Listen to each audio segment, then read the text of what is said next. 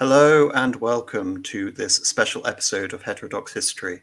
Today we are going to be discussing what I have called the Forgotten Germans, the Germans who formerly lived east of the Oder-Nassau line, the modern-day border of the Federal Republic of Germany in the east. I am very lucky to be joined by an expert on this subject who has just released a book, The Years of Great Silence, the Deportation, Special Settlement, and Mobilization into the Labour Army of Ethnic Germans in the USSR 1941 to 1955. J. Otto Pohl, hello. Hello. How are you doing this evening? Well, it's afternoon here in Noyes, Mexico. Yes, there's quite a big time difference. It was a miracle that we could arrange this slot for Saturday, but here we are. We'll endeavour to go forward. So, as you can see, I'm using this map as a visual reference to guide us throughout the remainder of this stream. There is one omission I'm going to point out, just being rather autistic when it comes to veracity and cartography, regarding Danzig not being included as part of the German Empire. But with that sort of little note, we can go forward. Now, of course, Germany isn't unified until relatively late in our collective history of the West. It's not unified until 1871. Before then, we have a vast number of ethnic Germans, German speakers, spread throughout all of Europe, more or less consolidated in what we now know as Eastern France, Belgium, and in the modern day borders of Germany itself. If anything, the modern day sort of the ancient medieval border of Germany wasn't even at the Oder-Nassau River, it was at the River Elbe. And progressively from the 12th century onwards, we see the so-called Ostsiedlung, the eastern settling of the Germans into, among other places, Transylvania, which was then part of the Kingdom of Hungary, into Poland, and spreading ultimately as far as what was then parts of Poland, Lithuania would then become Russia. So this is the sort of background that we have. Not only we're talking, of course, about Germans in the East, we have Germans in Switzerland, we have Germans in France, etc.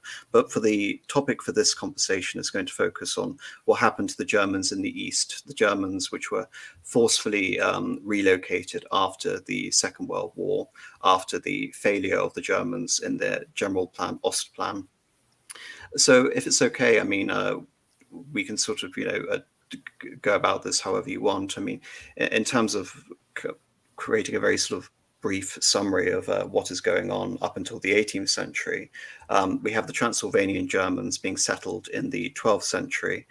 They're settled there by the King of Hungary to guard the Carpathian passes against possible incursions by the Kuman Kipchaks, and later that becomes the Mongol Empire. So there is a significant German presence in Transylvania, all the way dating back since the 1100s and then the 1200s. Then progressively, in what would later become the Habsburg monarchy, we see Germans being settled in Hungary, in what is now Serbia, but in this map is dated 1937, in Yugoslavia, in Bohemia, Moravia, which is now Czechia or the Czech Republic. In fact, there was a significant proportion of Germans in Bohemia and Moravia, and of course in Poland. By the 13th century, the borders of Germany in the east, the Holy Roman Empire, included Silesia, which would become progressively Germanized over the next few centuries, and Pomerania. And in the 13th century, we see the beginning of the Teutonic Order-led Northern Crusades into old pagan Prussia and into the Baltic states, Latvia and Estonia. And by the end of the 13th century, we see a significant German Crusader state being carved out of those territories, one based in Marienburg, the other based in Latvia, called the Terra Marina, and this establishes a significant German crusading presence in this territory all the way up until the 20th century.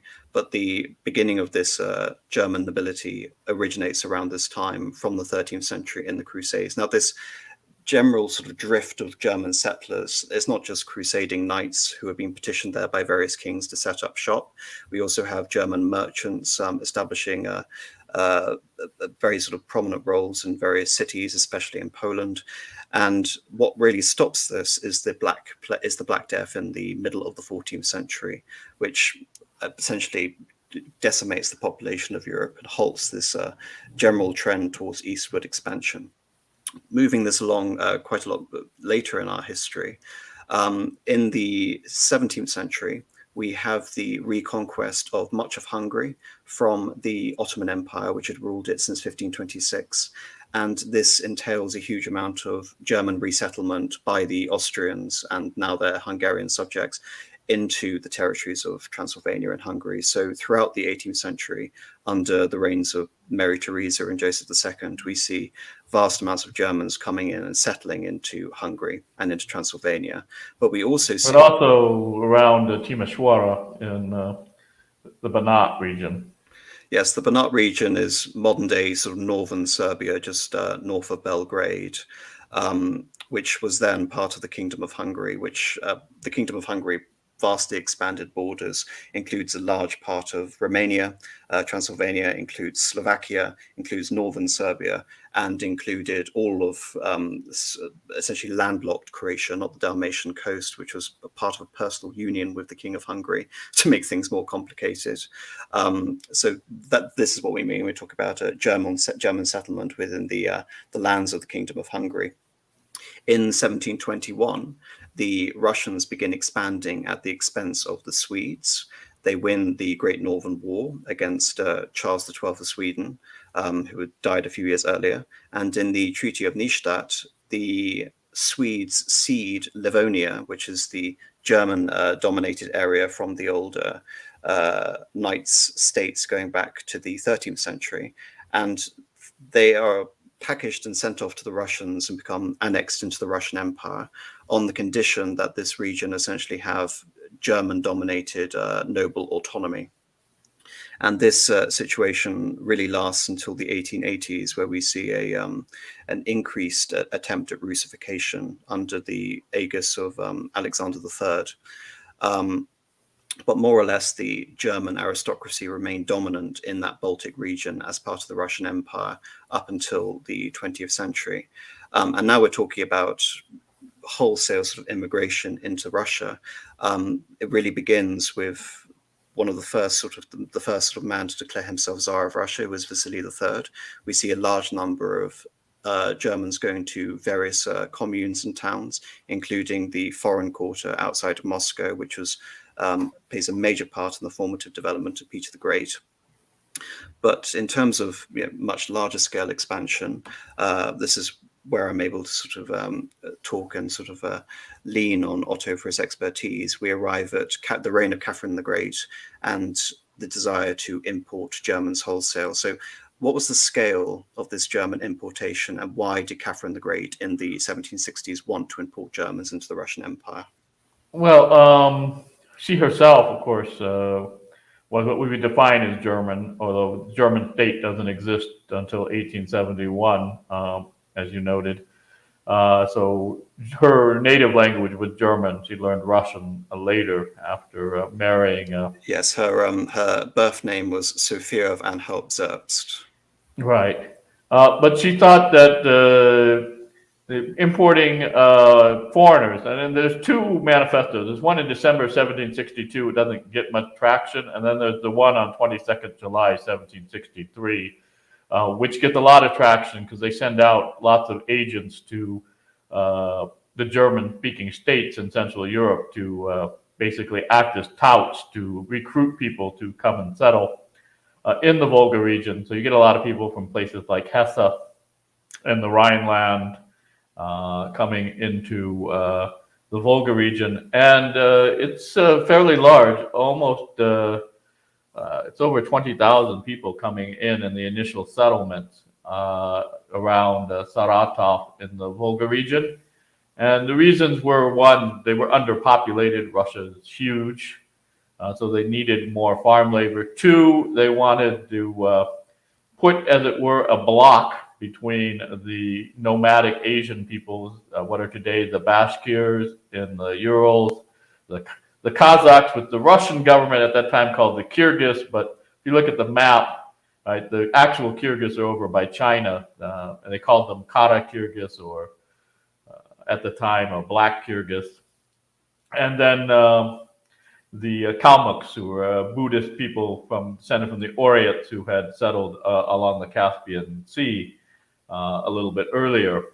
And so a lot of the Slavic peasants didn't want to stick around. And in fact, when the Volga German settlements are formed, rage from the Kazakhs are one of the problems that they face, destroying villages and taking German settlers to be sold into slavery to the Khanate of Khiva and Emirate of Bukhara in Central Asia.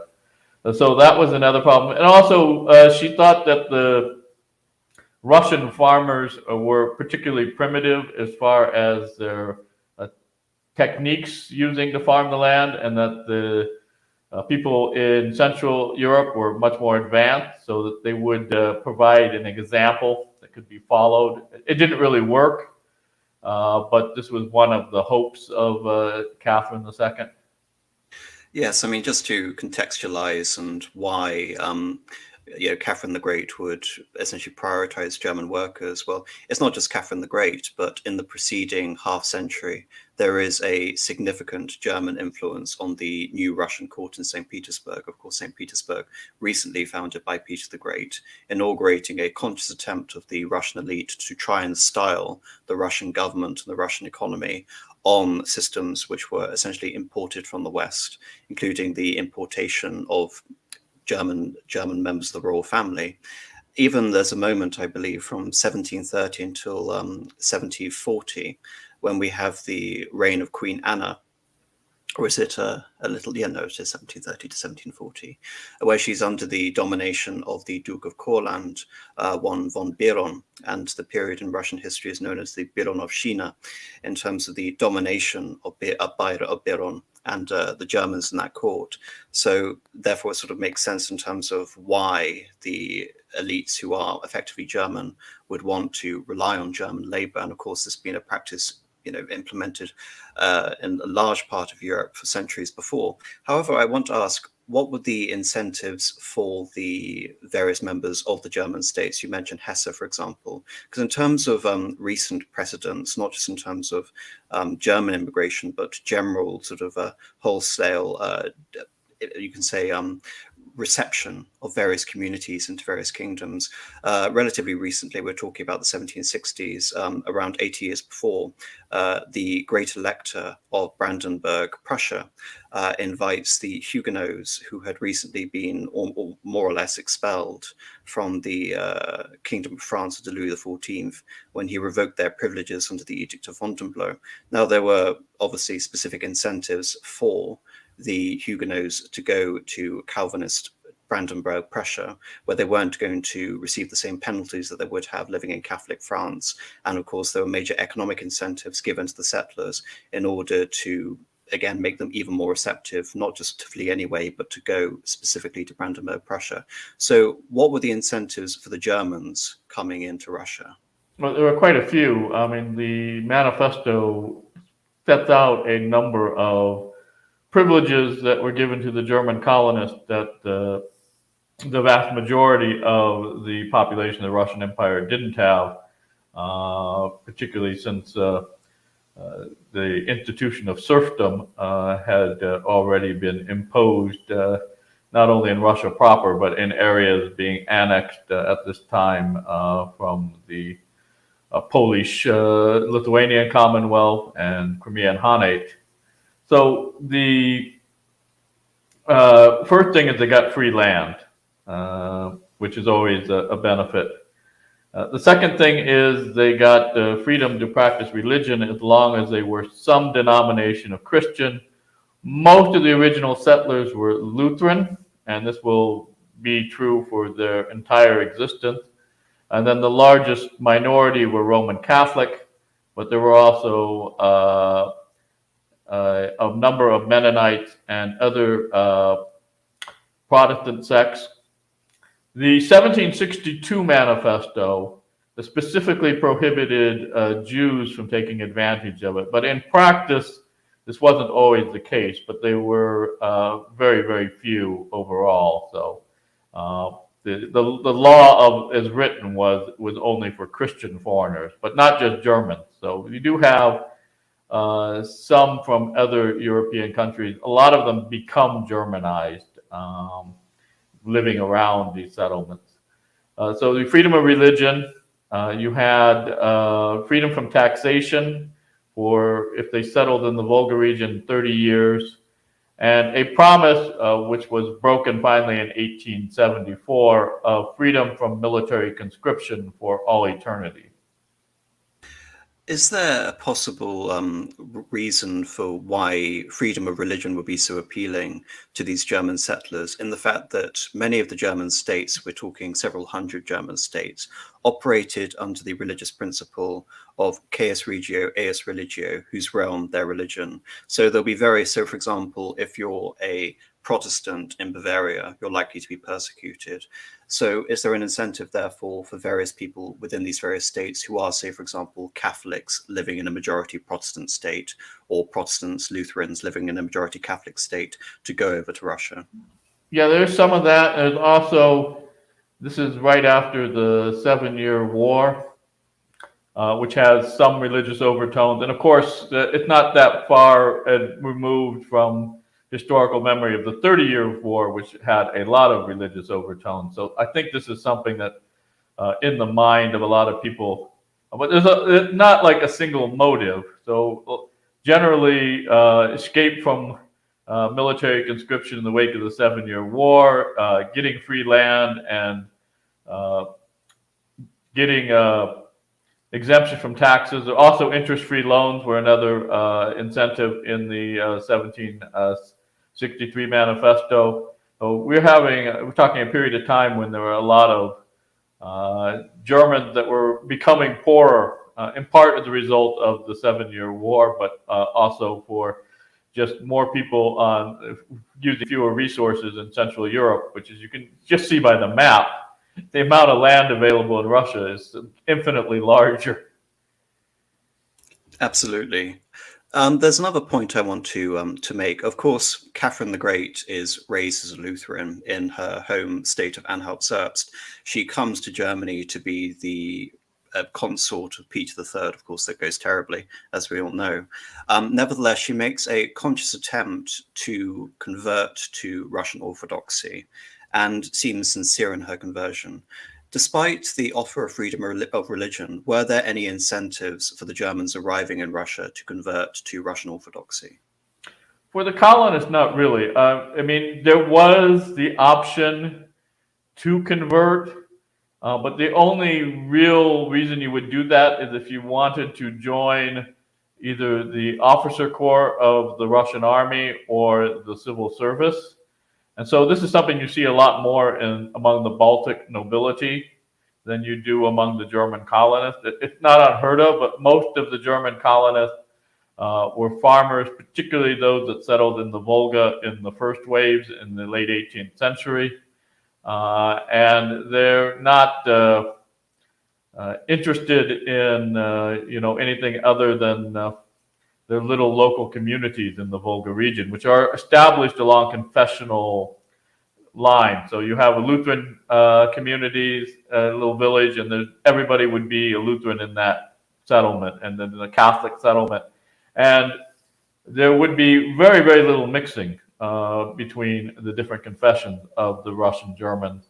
And even among those who immigrate to the United States and Canada and Argentina in the late 19th and early 20th centuries, there's not a lot of mixing up until fairly recently. I mean, I know older Americans in the Midwest who are descendant of Russian Germans, and it was a huge deal for a Lutheran or to marry a Catholic as late as the early 1960s. So they're fleeing a religiously segregated Germany, and they're recreating those conditions out on the banks of the Volga. Right, but the way they're recreating it, they don't have any religious minorities within their, village settlement. So it's on a smaller scale, but it's also if you don't have any minorities, then there's no problem within that little, or at least no conflict on that basis of religion. And that was of course, the logic that they had in the Holy Roman Empire. Of course, as you mentioned, with the 30 Years' War, it didn't play out that well. Nevertheless, so at this time, we're talking about the Germans going over to Russia. At the same time, we see not just Germans flooding throughout the Austrian Empire. It's not yet the Austrian Empire, to be very pedantic. It's still the possessions of the Holy Roman Emperor, who is the Archduke of Austria, the King of Bohemia, the King of Hungary. And as we see with Joseph II, there is an attempt to try and establish a German bureaucracy, German as the state language, and try and centralize administration to try and make the Austrian state more German. However, this fails, and there are various other iterations of that, as we see in the 19th century. There's one question I want to ask before we move on to the 19th century, which is, are you familiar of what the policy was towards potential German settlements in Poland and Lithuania? Because throughout the 18th century, Poland and Lithuania is going through a terrible time. It's going to be partitioned off from the 1770s until the 1790s. It's a state in rapid decline, but was there an attempt to try and ameliorate the dire situation in Poland by importing Germans? Say, for example, not even as a result of state policy, royal policy, but even just local magnates, local nobles trying to import Germans in to improve the local economy? I know that there's a lot of settlement from earlier with the invitation of the Polish government, but I want to have to tell you, because I do not read Polish or Lithuanian, I do not know a lot about the history in the 18th century, except as far as it's represented from the Russian and German sources, which I can read. Well, fair enough. I mean, the Poland and Lithuania won't last very long in terms of our trajectory for the stream.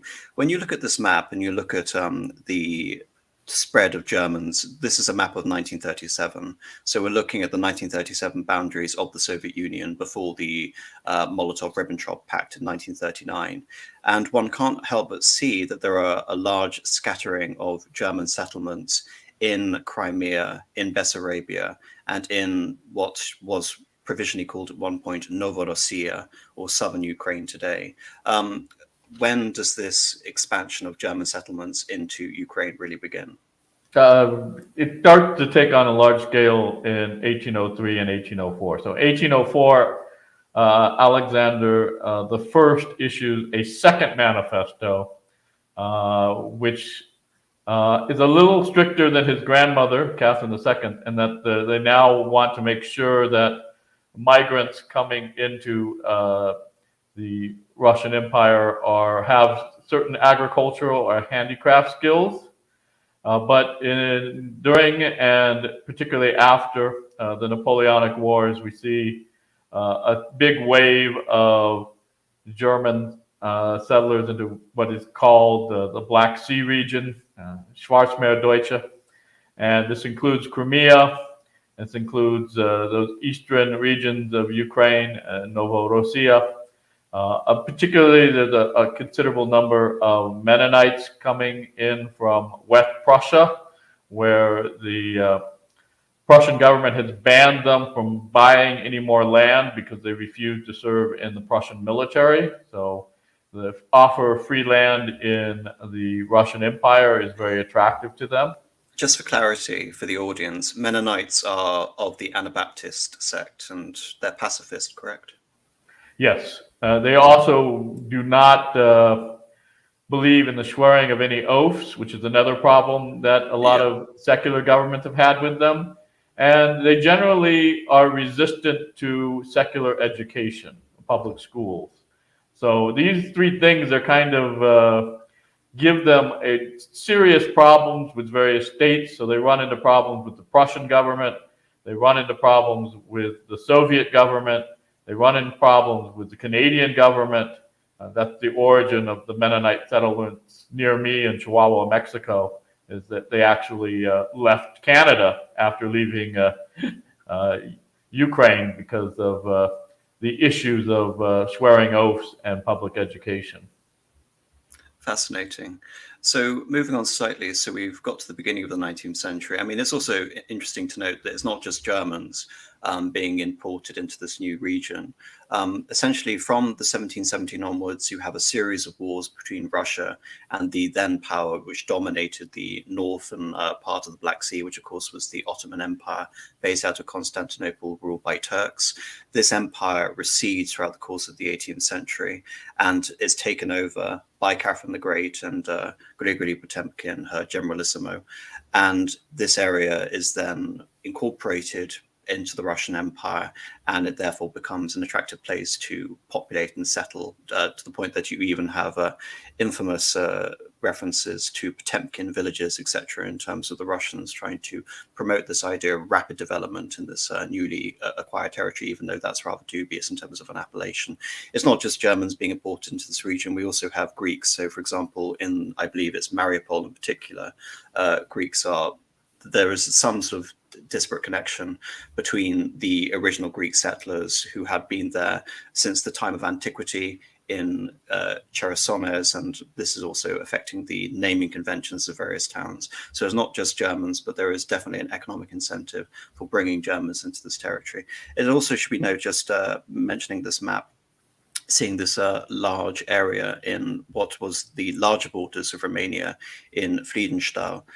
These, of course, are the Bessarabian Germans to differentiate them from the Transylvanian Germans. And for the larger part of the trajectory of this conversation, they were subjects of the Russian Empire. They weren't subjects of Romania, only very briefly during the first half of the 20th century.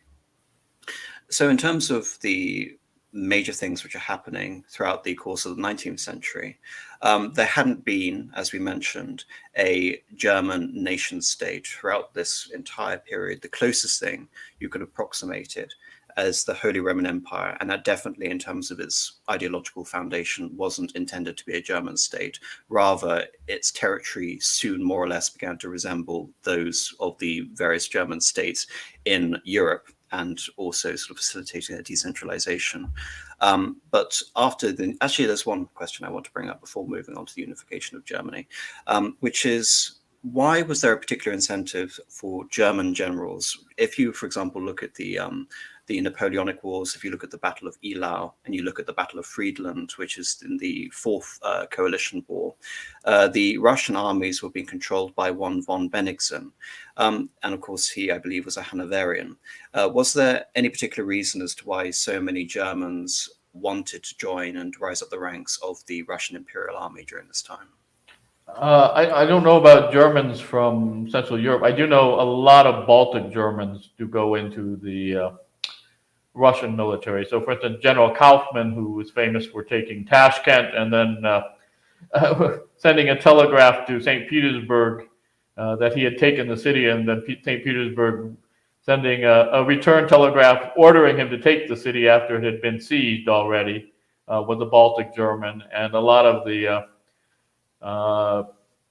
military all the way up to the end of the Russian Empire, and then many of them will fight with the whites, people like Pietro von Wrangel, were Germans from Estonia and Latvia that had previously been either under the Swedish rule or in some cases for a while under Polish rule before coming under the Russians in Courland, were prominent. So you see a lot of Baltic Germans in the Russian military, particularly in the 19th century.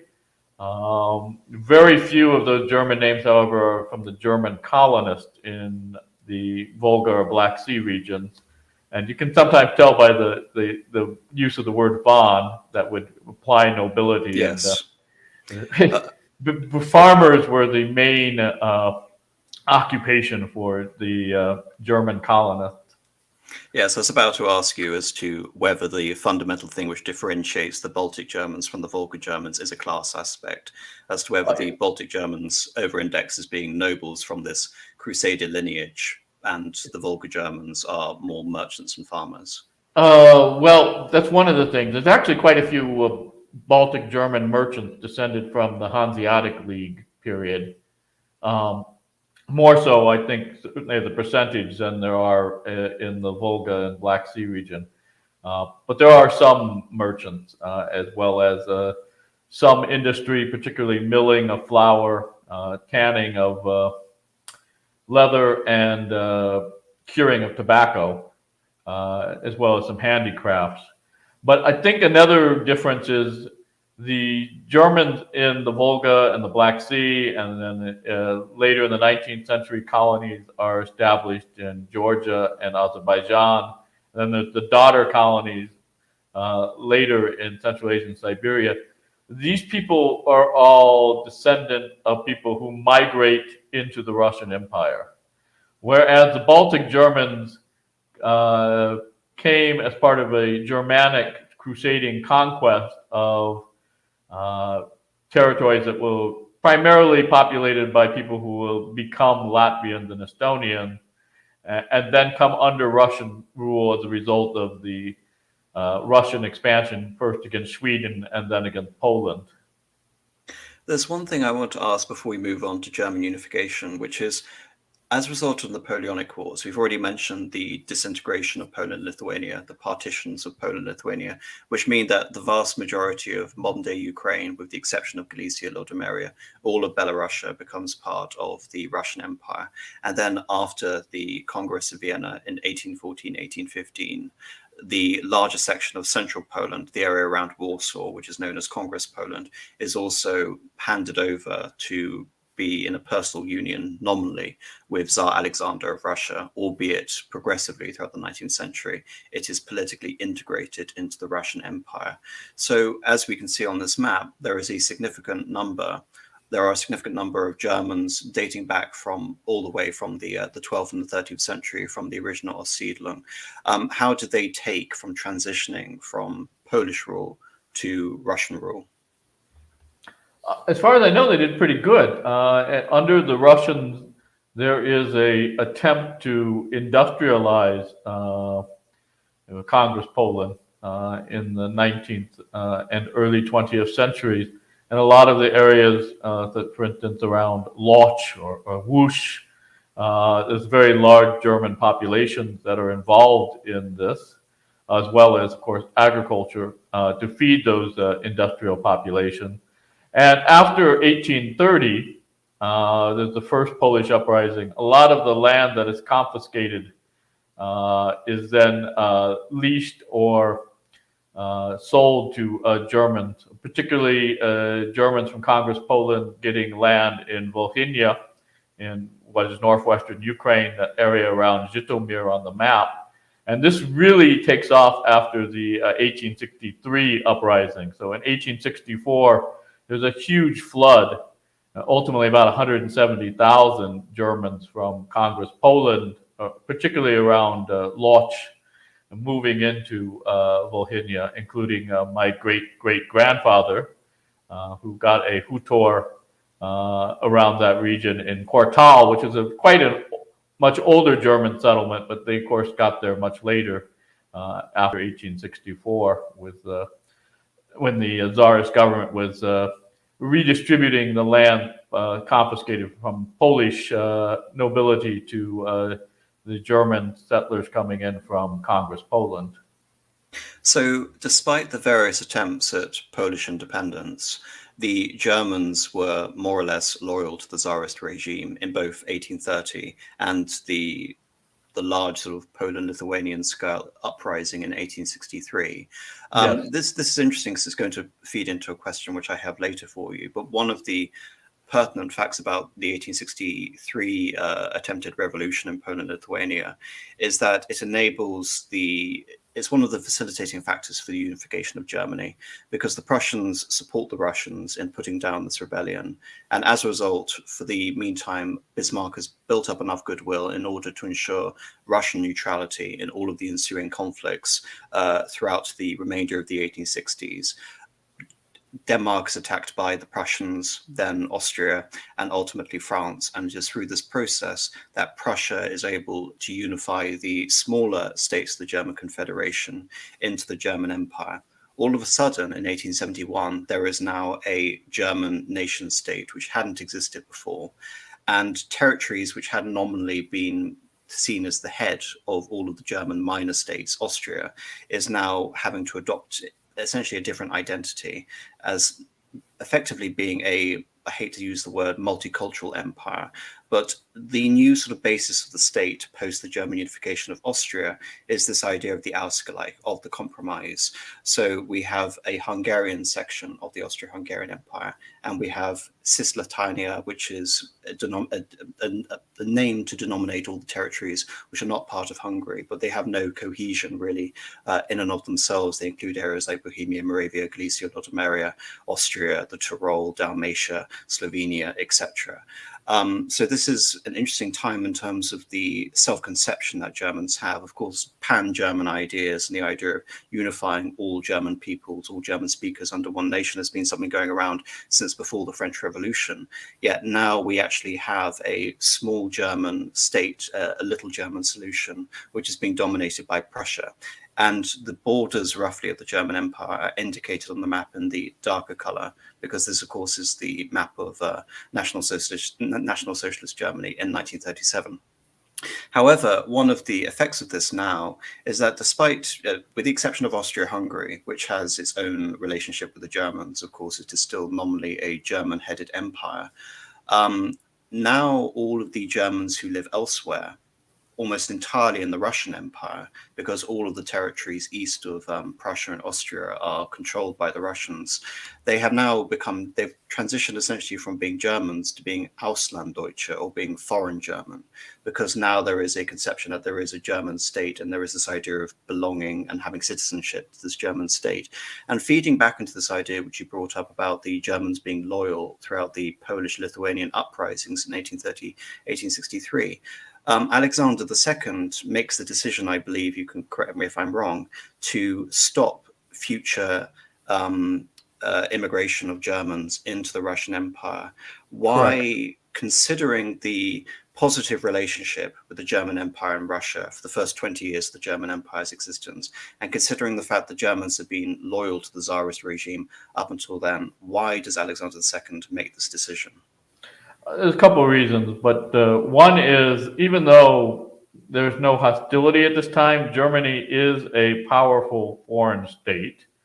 And the idea that they could use the ethnic Germans in the Russian Empire as a tool against the Russian government was something that was in the mind at this time. And you see this as part of the stopping of immigration, but also this is time after the German unification, 1871, they begin to revoke the privileges. So this is when they announced that the communal self-government of the German colonies in the Russian Empire is going to end. It's finally completely ended in 1881, 10 years later. But it's not too long before you have kind of the biggest grievance of Germans under the Russian rule during the 19th century, and that is 1874. They revoke the freedom from conscription and make German men in the colonies subject to conscription, and then after their service, mobilization in the reserves. Now, the Mennonites negotiate alternative service, but they're only 10% of the German colonists in the Russian Empire. So 90% that are Lutheran and Catholic, and there's some Baptist and other smaller groups. There now can be conscripted into the military, and it can also be after that mobilized in reserve. So my great-grandfather spent 18 months in the Russian army, and then when Russia went to war against Japan, they tried to mobilize him in the reserves. And like a large number of Russian Germans, he fled the Russian Empire. He went to Germany, he was a farmer in West Prussia for a while, but eventually went out from Hamburg to the U.S., where he was denied entrance as a undesirable immigrant, and then he went to Canada and was around Winnipeg for a while and came into the U.S. with my grandfather in 1920. So a lot of stuff really to discuss here. So despite the fact that it's under the reign of Nicholas I, who reigns from 1825 until 1855, that we have this consolidation of a clear anti-Western, anti-liberal platform for the Russian Empire, which is orthodoxy, autocracy, nationality, being loyal to the Tsar, being considering yourself Russian or Russified to some extent and belonging to the Russian Orthodox Church. And yet it's not until the reign of the ostensibly more liberal Tsar, Alexander II, that this policy is introduced for the Germans. Moreover, it is introduced in reaction to the creation of a German nation state, which hadn't been a factor of consideration before this time. It's, as far as I'm aware, it's not just the Germans who are having various national aspirations quashed at this time. You also have the Ems Ukas, which limits the dissemination of text in the Ukrainian language at the same time. Yet also, paradoxically, you have more autonomy being granted to the Finns in the Grand Duchy of Finland. And I think in terms of trying to explain that away, I've always seen it as more of an attempt to disabuse the Finns of any idea of repatriation with Sweden, rather than any attempt to, create some sort of, I don't know, loyalty or, independent sort of Finnish identity, so long as they were more preferable towards the Tsar in St. Petersburg than they were to Sweden. But nevertheless, we're seeing a clampdown on the various aspirations of all of the nation states. And you could argue that 1863 is also a crucial factor into why Alexander II would personally take a dubious view to the various independence movements and the nationalist aspirations of his various peoples. This is also a time, as you mentioned, with the conquest of Tashkent, which is the modern day capital of Uzbekistan, that Russia is expanding into Central Asia. It goes as far as Merv in the south, so it borders Afghanistan, it borders the Qajar dynasty in Iran. So Russia now has more ethnic minorities. Is it fair to say that roughly about 50% of the ethnic population of the empire were Russians? The 1897 census, which is the only full census ever conducted by the Tsarist government, gives the population at about 49% Great Close Russia. enough.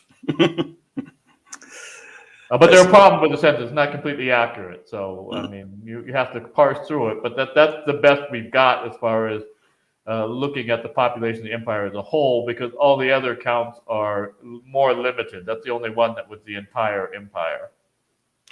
And in Austria-Hungary, we have this, again, interesting solution that we have a state which isn't part of the German Empire, which is being held together by fealty, by loyalty to the Habsburg dynasty, the Habsburg-Lorraine dynasty, as exemplified by the Emperor and Apostolic Majesty, the King Franz Joseph. And this identity means that for the Germans in particular, there are a lot of questions which are unresolved throughout this period of time. So many of the Germans, whether they be the Danubian Germans, the Swabians, whether they be the Transylvanian Germans, they adopt some aspects of, in some cases, Transylvanian particularism, supporting the Romanians against the central government in Hungary. And then you have other Germans who are supportive of Hungarian nationalism within this context of Austria-Hungary existing as two states within one.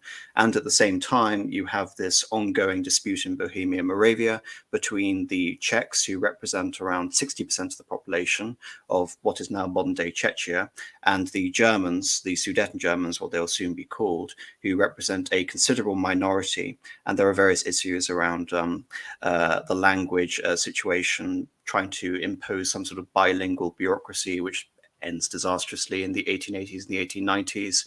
You have various coalitions based around supporting the non-Germans and then back towards supporting the Germans. You have figures such as George Schönerer, who arrives and supports this idea of severing the Austro-Hungarian connection and reuniting the German people within Austria, within Germany itself. So within Austria-Hungary, there is an ongoing dispute as to what is to be German within the Austro-Hungarian state. And in the Russian situation, it's more transparent, it would seem. The idea that one has to eschew any loyalty to this new German state, and one has to consciously become Russified to some extent.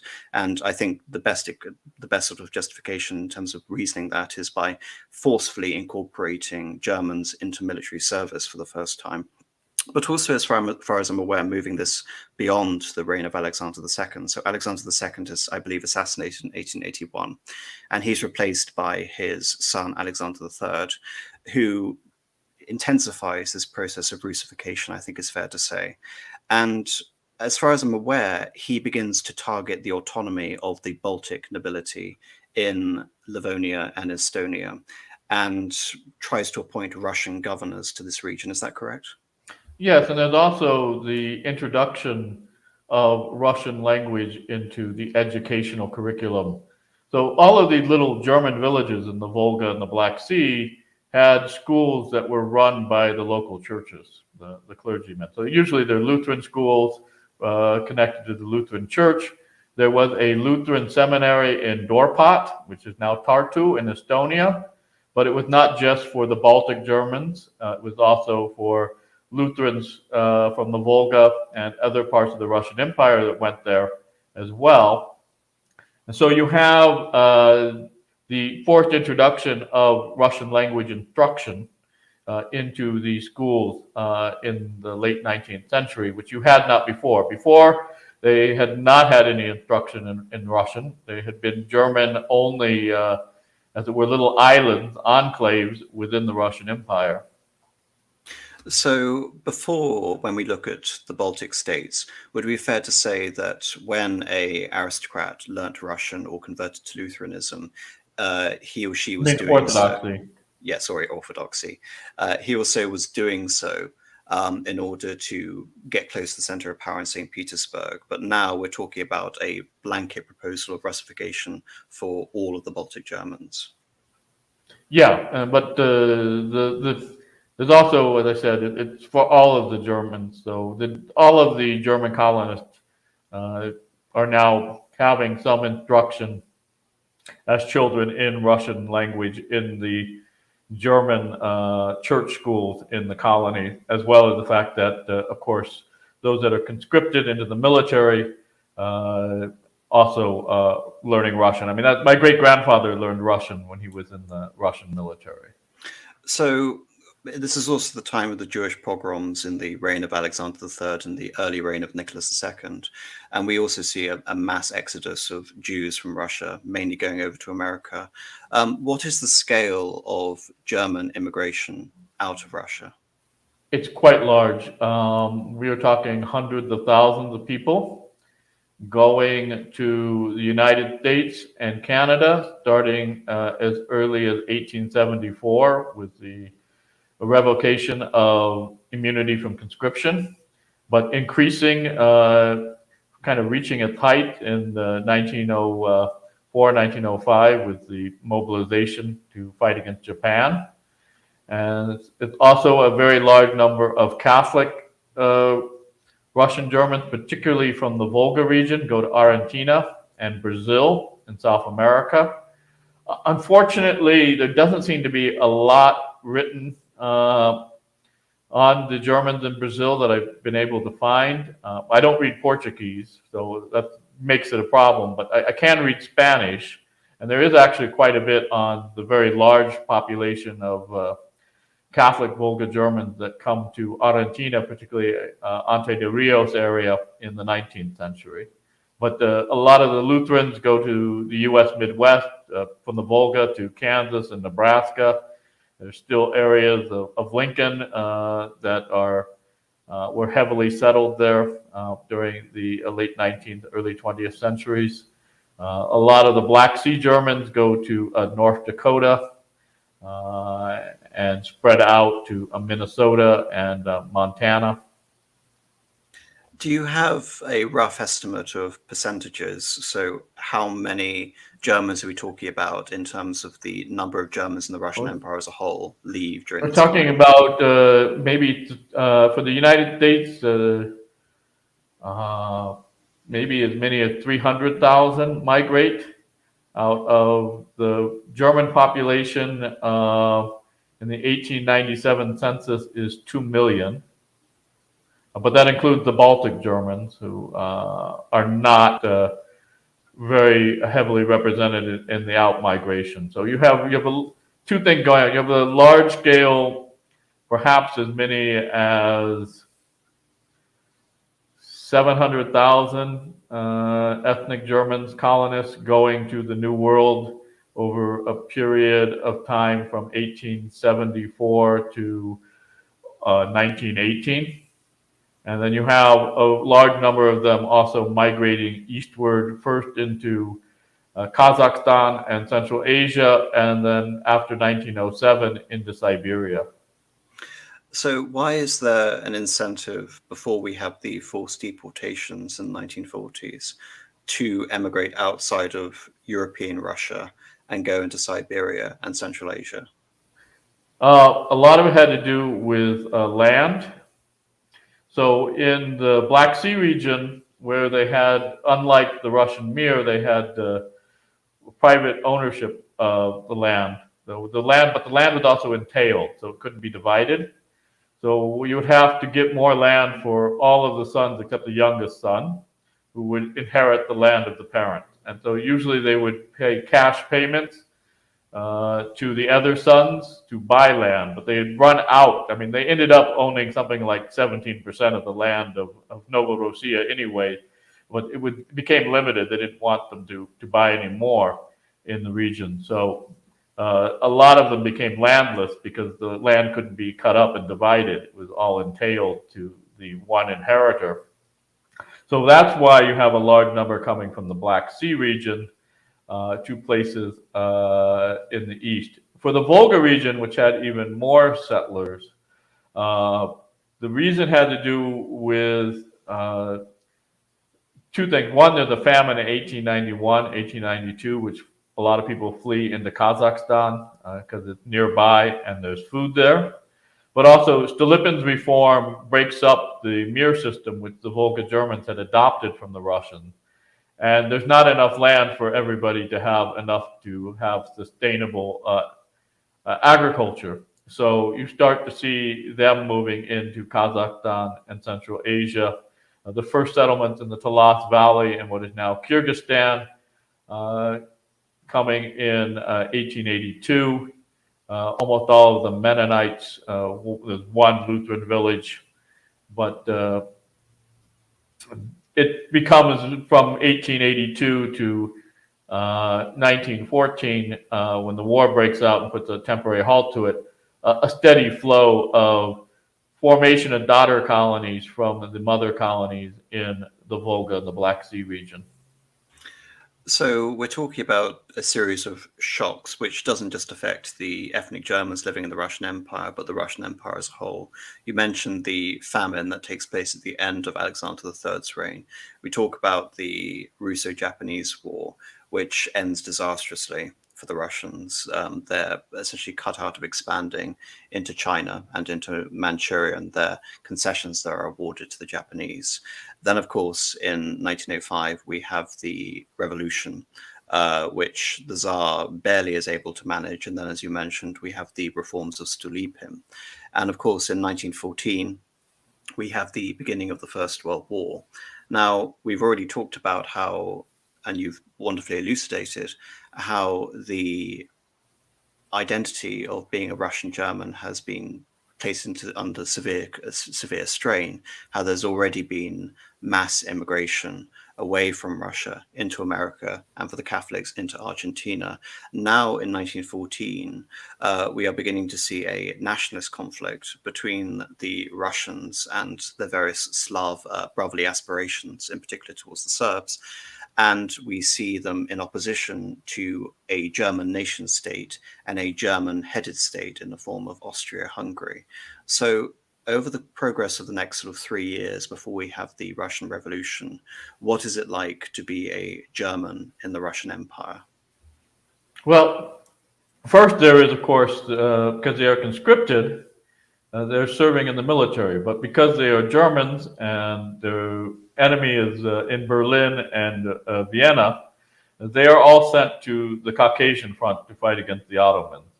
And there's some literature on this, but they're not very happy about the conditions they find themselves in the Russian army fighting in the Caucasus against the Ottomans. But there's quite a lot of them, almost 300,000, that fight against the Ottomans during the First World War.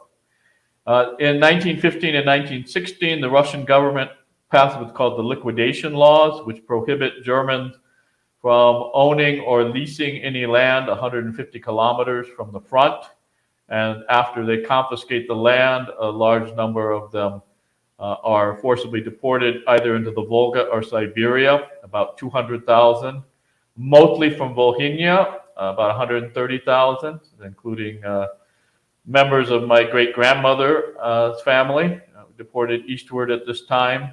And there is plans by the Tsarist government to use the Russian army to deport all of the Germans west of the Urals, including the Volga Germans, into Siberia in March of 1917. But the February Revolution, the overthrow of the Tsar and the provisional government coming to power, basically put this plan off until August 1941, when it's basically revived by Stalin during the Second World War. So the First World War is, many things take place which will later be intensified in the Second World War. So when we're talking about internment of populations, you can look at the Russified Ruthenian populations in Austria and Galicia, who were suspected of treachery after the region was occupied by the Russian army in early 1915. We look at the Armenian situation, which revolves around the forced displacement of the Armenians on the eastern front of the Turkish front, moving into the Syrian desert, resulting in hundreds of thousands, if not millions, of deaths. And we're also seeing that on a smaller scale with the Germans, which potentially could have massively sort of intensified had it not been for the collapse of the Tsarist regime. And just for people who want to know, the February Revolution is based on the old Julian calendar. So for our calendar, it happens in the middle of March, hence how these plans were still in place in March. Then you have the collapse of the Tsarist regime, and it is replaced by a weak provisional government, which in November in our time, October in Russian time, is overthrown in St. Petersburg by the Bolshevik party led by Lenin.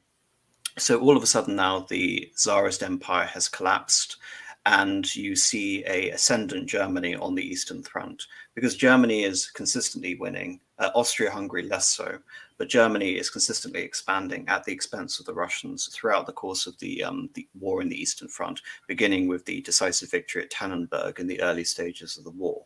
By 1917, the Germans had expanded up to around Riga into Belarusia. And I just want to ask you, because you mentioned how the Germans were dispossessed of territory which was on the border. What about the Germans who came under German rule, Russian Germans who came under German rule this time? So say, for example, we look at Courland, which was almost entirely occupied by the German forces in the earlier stages of the war. Did they basically all go over to support the German Empire? A lot of them did. The Germans provided them with protection and some sense of reinstitution of some of the privileges. So I know, for instance, in Ukraine, the Germans there were happy to be under German rule, and when it ends in November 1918, the shock of it is so great that for the first time ever in the history of the group, you actually have Mennonites organizing military self-defense units, primarily defend themselves from the anarchists under Nestor Makhno, who commit a number of massacres in 1919 against the Mennonite communities.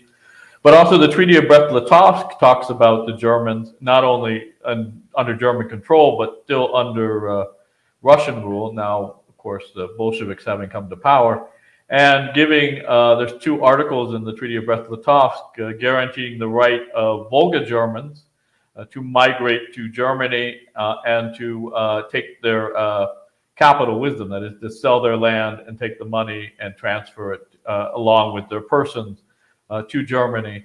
So during this brief time, March to November, there's a number of Volga Germans and other Germans in the Russian Empire that do take advantage of this 2 articles in the Treaty of Brest-Litovsk to move to Germany, and some of them will become prominent in the 1920s through 1940s in the Weimar and National Socialist Germany.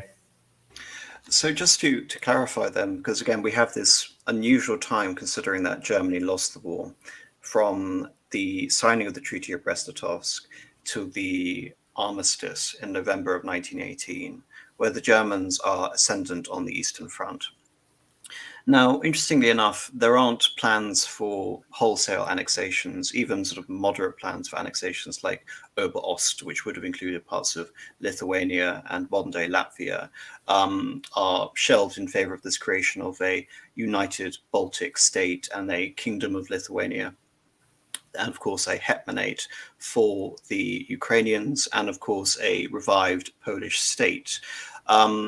Nevertheless, and again, the assumption being that even though the Germans aren't directly controlling these territories, they have their rights confirmed and they are ascendant in this new situation. Germany is a state politically, but the ethnic Germans also receiving those rights. Of course, the Germans expand and potentially would have expanded as far as the Caucasus and into the Don region. That never comes to pass. And the collapse of these states morphs into the general conflict, which is known as the Russian Civil War between the Whites and between the Bolsheviks. Now, you've already mentioned Piotr von Wrangel, a Baltic German noble who becomes a prominent member of the White movement.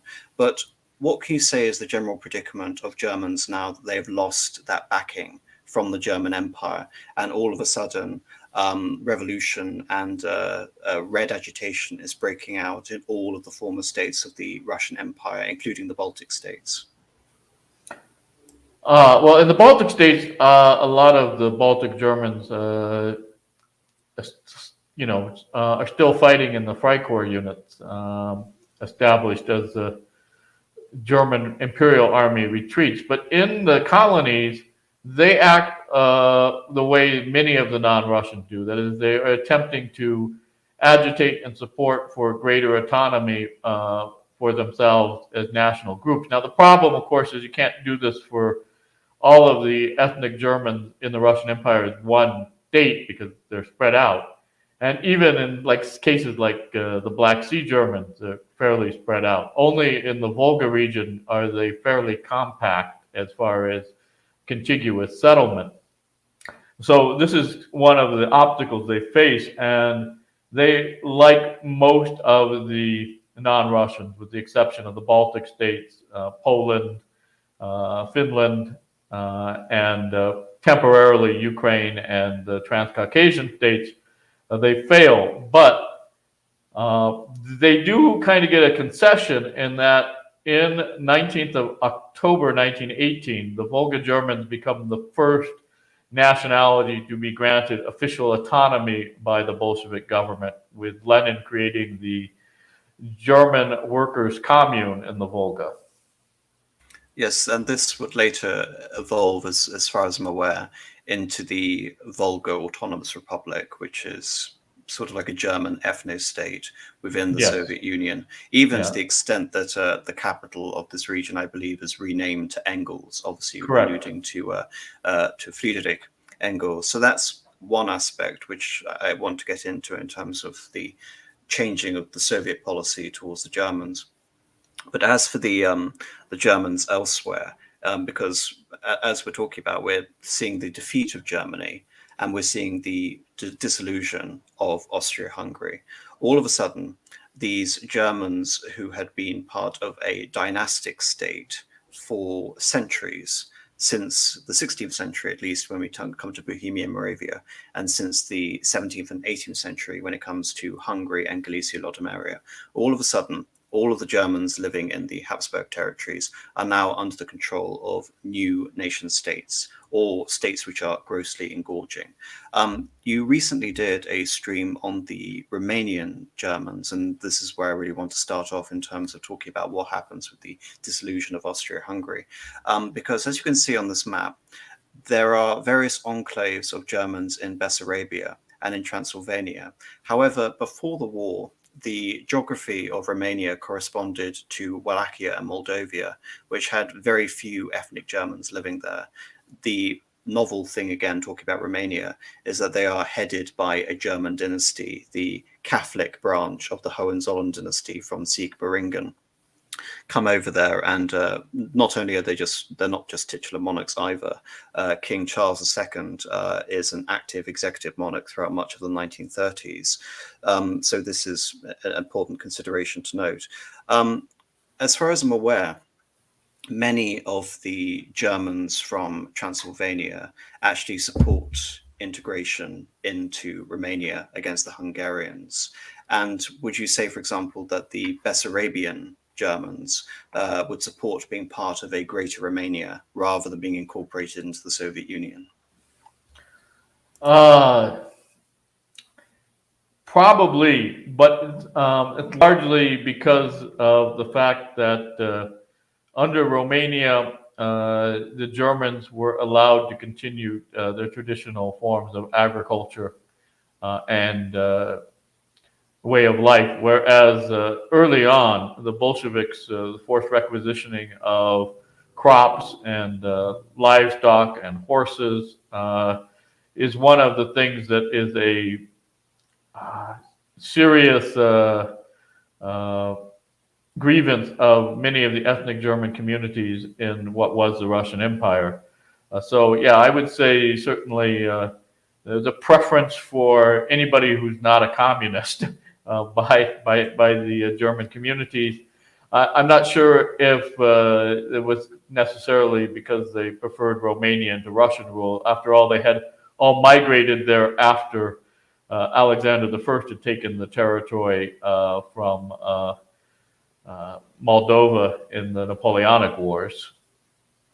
So that's one facet. There's less really to talk about in terms of interwar Hungary, but I'll come back to that, and also with Yugoslavia. But needless to say that the newly created state of, it's not called Yugoslavia now, it's called the state of the Serbs, the Croats and the Slovenes, has a significant German population in the Banat region. And there is still a significant German population in main Hungary as well, which has been severely reduced as a result of the Treaty of Trianon.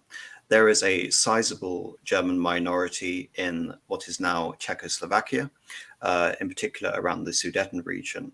But you can say the largest territory, which is actually ceded away from the German Empire, is at the expense of the German imperial territories in the east towards the newly created Second Polish Republic. Out of the Second Polish Republic, we see areas such as Poznan being ceded to the new state, areas such as Upper Silesia as well. Areas like Memel are ceded to a newly independent Lithuania, and the enclave around Danzig is created as a free city under the nominal sort of authority of the League of Nations. This is also a situation which is repeated with Fiume in the south on the Adriatic coast, with the Poles with a small corridor separating the Danzig Free State and creating a corridor between East Prussia, what remains of it, and the rest of what is now the German Republic, now that the Kaiser is gone. Just to very briefly summarize, what was the condition like, what the conditions like for the Germans living in the Second Polish Republic era from 1918 up until 1939? Well, this is kind of outside my expertise, but my understanding is that a lot of them would have preferred to be under German rule. I mean, I suppose if you want to get kind of a personal feel of it, the trilogy by Günter Grass talks about growing up in Danzig. He's part German, part Kashubian, which is one of these weird German-Polish intermediate nationalities, since they could move, like Silesians can move between the two of them depending upon who was doing the categorizing. But certainly, if you look historically in modern times, Poznan, which is where my family was completely Germanic and not Slavic at all, originally came from before they started moving east. It was never considered in the 19th century to be Polish territory by the German population there. All the way back then. So this is interesting. I'll come to that point, I think, at the end. Just one final note. Obviously, again, the situation in Czechoslovakia is particularly fraught. The new regime under Thomas Masaryk and later Edward Beneš has created a new nation state, effectively rescinding one sort of multicultural bloc and creating another out of it. This time it's dominated by Czechs, who are the dominant nationality in it, who, again, the basis of this new nationality is this new sort of national identity based on having supposedly fought against Austria-Hungary for independence on the side of the Entente. And therefore, Czechoslovakia is treated as a victorious power, as an Entente power, alongside countries that actually did fight alongside the Entente, such as Romania and such as Serbia. They become the privileged class within a state which is more or less consisting of four major nationalities. One, of course, is the Slovaks, the Hungarians, who make up a significant section of southern Slovakia, and of course the Germans, who, again, the Czechs have been in a nationality conflict with the Germans throughout the course of the second half of the 19th century. Now the Czechs find themselves ascendant in the interwar period. We briefly talked about Poland, but getting back to what happens to the Baltic Germans in the newly created Latvia and Estonia. Latvia and Estonia, like Finland, are able to avoid being incorporated into the Soviet Union. The Soviet Union, for the moment, doesn't establish itself in the former Baltic states, and they have the first inklings of independence. And again, we're talking about a new conception of what it means to have a Latvian state and an Estonian state. One of the interesting facets about Latvian and Estonian nationalism is that the genesis of it is in the 1850s, along with so many of these 19th century nationalisms, but it is in opposition not just against the Russians, but it's in opposition against the Germans. Many of the Germans had supported the whites, and I believe there were reprisals against them in Estonia in particular. But throughout the 1920s, as far as I'm aware, we see large-scale land redistribution away from the dominant Baltic nobility towards the Latvians and Estonians. And therefore, we see, you can say, a significant disempowerment of what had been a dominant elite class within those nations. Is that fair to say? Yes, there's definitely land reform, and a lot of the Latvian and Estonian nationalists, the other for them is the Baltic barons, harking back to the days before serfdom was abolished, which was done earlier in the Baltic provinces than it was in the rest of the Russian Empire, but still this idea of Baltic Germans lording it over Latvian and Estonian serfs. Well, I think something you haven't mentioned, you mentioned the League of Nations, but the League of Nations also required all of these new states formed out of the Austro-Hungarian and Russian empires to sign minority rights treaties, which were largely ignored, but there's all kinds of reports, particularly Polish treatment of Ukrainians in the eastern territory, the Kresy, but with these other groups. So we have a whole bunch of complaints by various ethnic minorities, including ethnic Germans in these new states, about mistreatment and violation of the League of Nations minority treaties, which were a requirement for these new states to sign. And right off the bat, the Germans in what becomes Czechoslovakia want to either join with Austria and Germany, and there are protests against the prohibition on that and the use of lethal violence by the new Czech government against them, which gets the whole Sudetenland issue off to a bad start already in 1918. Yes, just to add a bit more meat to that, we have the deposition of the Habsburgs more decisively in the Austrian half of the empire than we see in the Hungarian half. In the Hungarian half, there is a regency established after a brief communist rule under Bela Kun. We have the ascendancy of Miklos Horthy, and then two failed attempts to restore the Habsburg king, Karl I of Austria. However, when it comes to Austria, we see a socialist government under Karl Renner temporarily control not just the territories of Austria, but parts of the Tyrol, parts of Carinthia, which later becomes Slovenia, and the vast area around the Sudeten region, with the intention that, as with the new socialist government under Ebert in Germany, that there is an integration of the Austrian-German Republic into the German Republic proper. And this doesn't happen explicitly as a result of the treaties in Paris imposed on this. So, as you mentioned, Austria is not allowed, despite its desire at that time, to join with the German Empire. And the Sudeten Germans, which had originally joined in part of this provisional government, this German-Austrian government, are made again to join with the Czechoslovak Republic and are persecuted within that system and remain so throughout the duration of the 20 years. And it's a policy which isn't resolved. And as you mentioned, with the League of Nations treaties, there are nominal provisions to protect minorities in these newly created multinational states. Another, of course, quagmire to talk about is Yugoslavia, especially in regards to the ongoing dispute between the Croat population and the early assembly of the Ustasha in the 1930s. But again, that's another conversation, and we have to keep this German-centric.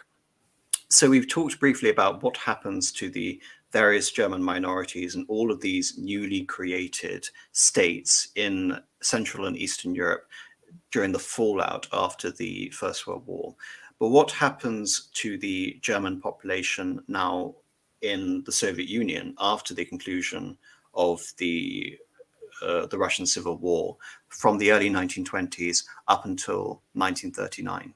You've already mentioned the creation of the autonomous republic. And as far as I'm aware, again, this is consistent with this policy of colonization, which is this idea of literally taking root, of creating Soviet nationalities for various peoples who had been repressed during the Tsarist regime. One of the notable examples, of course, being Ukraine and the creation of a Ukrainian identity, which is state mandated during this time. But how does the situation for the Germans fare throughout this period? Well, okay, so there is the Civil War and then the ensuing famine, which does hit both the Volga and Black Sea Germans hard. It's ameliorated somewhat by a lot of international aid, particularly the American Relief Administration, Herbert Hoover, working in cooperation with Maxim Gorky on the Soviet side. Also, Nansen, Fridtjof Nansen, the famous Norwegian explorer, is also involved in relief efforts in Soviet Russia. Particularly some of the areas populated by Germans, as well as various Mennonite groups in Canada, the U.S., and the Netherlands. 10% of the German population is Mennonite, but they tend to be overrepresented in everything because of their high level of organization and literacy. So you have the autonomous workers' commune formed in the Volga in 1918 and upgraded in 1924 to a autonomous Soviet Socialist Republic. But you also have autonomous rayons in other German areas that are kind of smaller versions. So a rayon is a district, maybe the size of a county. And you have these in Ukraine mostly, but some in Russia. There's one in Georgia. There's one in Azerbaijan. The Hauptstadt in Altai Krai in Siberia. And so these also provide for a cultural infrastructure, for education in German language, publications in German language, a use of German in administration and judicial processes. And this policy of colonization, with the Germans being one of the group benefiting from it, continues really up to 1938 or so. But in the meantime, there is also the Soviet Union cracking down on economic independence and religious life, while it's giving support for trying to create a secular Soviet German language socialist culture. So you have the first really big wave of repression as dekulakization and collectivization in 1930, 1931, some 1.8 million Soviet citizens internally deported as kulaks to what were called special settlements, spetsposeleni, in places like the far north around the White Sea or in the northern Urals, and later into Kazakhstan and Siberia, were basically a combination of internal exile and forced labor, with large numbers dying, particularly in the next 2 years, 32 and 33, where there is a famine in various parts of the Soviet Union, Holodomor in Ukraine, but also there's a fairly large number of Germans living in Kazakhstan by this time, over 50,000, and there's a famine there as well from 31 to 33. So this is a devastating period for the Soviet Union, and this morphs. So we talk about a period of dekulakization, and now we're morphing in from 1937 to 1938 into the great political purges, which cement Stalin's ultimate authority over the Soviet Union. How did the Germans fare throughout the Great Purges? Not well at all. There are basically three sections to the Great Terror. The first one, which was emphasized for a long time because we didn't have access to the Soviet archives, was against the elite, the show trials of former high-ranking communists, people like Kamenev, Zinoviev, and Bukharin. But in terms of absolute numbers, the high-ranking officials in the Communist Party and officers in the Red Army were a minority. The largest number of people arrested and tried and executed were during the so-called kulak operation, which were largely people who had escaped from these special settlements during the earlier deportations for collectivizing agriculture.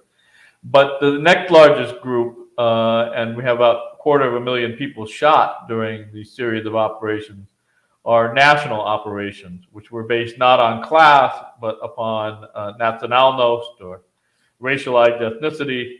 The largest is the Polish operation, targeting the Polish minority still in Ukraine and Belarus after Poland gets its independence. But the second largest was the German operation. So of some 46,000 Germans executed during 37 and 38, the majority, about 29,000, during the German operation, particularly hard hit in Ukraine, particularly Odessa. So some 18,005 people executed during the German operation in Ukraine during the time when the Ukrainian NKVD was under Israel Laplevsky and his number two man, Lev Reichman.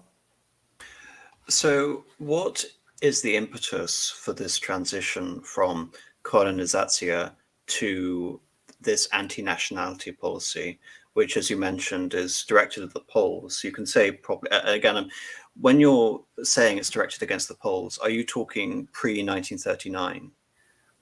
Yes, in 37 and 38, the Polish operation was aimed specifically against the ethnic Poles, that is, Polish people by nationalnost who were Soviet citizens in the Ukrainian Soviet Socialist Republic and Belarusian Soviet Socialist Republic. Yes, so these are the former territories of Poland and Lithuania, because despite the fact that the Second Polish Republic has a significant boundary to the east, its geography is completely different from the modern Polish Republic that people are aware of, as you can see on this map. Nevertheless, it doesn't expand far east enough to encompass all of the Polish segments of the population. And right. From the Soviet point of view, is there an idea that the Polish are going to use these small enclaves of Poles still within the reduced boundaries of the Soviet Union as a source of irredentism? Yes, so there are about 800,000 Soviet citizens that are Polish by ethnicity in the Soviet census. So there's three here: 1926, 1937, which is initially repressed, and 1939. So around the time of the Great Terror, there's two census taken because the first one is repressed, having too few people in it due to the famines of the early 1930s. But the official claim at this time was that these people were part of a Polish military operation and organization being run out of Warsaw, seeking to engage in espionage and sabotage and undermining of the Soviet state, and to try and grab territory back from Ukraine and Belarus. And Yezhov, who was the head of the NKVD at this time, was particularly anti-Polish in his personal prejudices. So there is some of that. He was from Vilnius in Lithuania, mostly Russian, but I've heard that his mother may have been Lithuanian, but he certainly did not like the Polish people. So that was part of it as well. But the biggest thing is that it's the largest hostile state on the borders of the Soviet Union. They had fought a war which Poland had won earlier in 1919, and large territories of Western Ukraine and Belarus had been awarded to the Second Polish Republic in the Treaty of Riga. So that makes sense, but one could argue that that would actually be consistent with this idea of setting down roots, and the idea that the Belarusian state and the Ukrainian state must consider themselves Ukrainian and Belarusian, not part of this Polish state, whereas the German case doesn't have those same considerations. And I'm trying to link this back to what is happening in Germany at this time. So we're talking about the Soviet Union throughout the 1930s.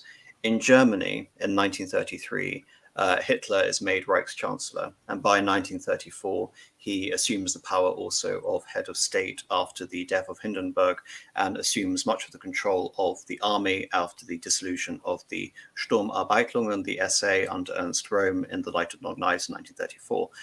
And from 1934 through to 1938, we see the repatriation of the Saarland into Germany, which had been essentially given over as a French protectorate. We see the remilitarization of the Rhineland in 1936. And crucially, on the 13th of March 1938, we see the Anschluss, the reintegration of the Austrian Republic into the German Reich. Also, I think it's important to notice this differing conception of the Germans outside of the actual borders of the German Reich. It's consistent that the policy of the National Socialist here is not to view Germany within its reduced national boundaries after the First World War, but rather to consider the placement of ethnic Germans as a pretext to expand the borders of the Reich, or to integrate those populations outside of Germany into Germany. And this is where I think we see the creation of this identity of Volksdeutscher as opposed to a citizen of Germany. The idea that one is ethnically German, one speaks German, rather than simply being an Auslanddeutscher or a foreign German. Given the Sudeten crisis we see later in 1938 and the Anschluss we see at the beginning of 1938, does that play any role into Stalin's deliberate persecution of the Germans as part of the Great Terror? Well, the Great Terror starts in July 1937 as far as the German operation is concerned. So it's already well underway at the time. So it ends around November 1938. So July 37 to November 38 is when you have the German operation, and it's pretty much consistent with the rest of the Great Terror. And we mentioned the Poles, but there's also a Latvian operation, a Finnish operation, an Estonian operation, a Greek operation, a Chinese operation, and an Iranian operation at this time. And there's some others as well. But basically all the diaspora nationalities are targeted. The one large one that's missing, and it's missing because they do something else, is the Koreans. And so instead of massive arrests and executions, so in the Germans, some 5% of the population is executed during the 37-38 Great Terror. The entire Korean population east of Lake Baikal is rounded up onto cattle cars and dumped into Kazakhstan and Uzbekistan as administrative exiles, about 172,000 people. Yes, but I think the point I'm trying to get across is that when you mention all of those nationalities, the Iranians, the Latvians, the Finns, the Estonians, even the Koreans, none of these states have nominal autonomy representation within the Soviet Union, within its boundaries pre-1939, whereas the Germans do. So, Uh, on the level of autonomous Soviet Social Republic, yes. Although almost all of them have national rayons. Even the Koreans have one in Posets. so why the Germans in particular? And what do you think is the major impetus for this anti-nationality program after this period of, you could say, relative leniency and again this desire to settle down roots? Why, as part of the Great Terror, does Stalin adopt a, you can say, more czarist attitude of Russification? Yeah, well, in the German case, we see kind of the first inklings in 1934. There's an anti-fascist campaign that targets Mennonites in Siberia, specifically because they had received food assistance through from the German. So there was an organization in Germany during the Holodomor called Bruder in Not, Brother in Need, which provides assistance through the Torgsen, these foreign exchange stores in the Soviet Union.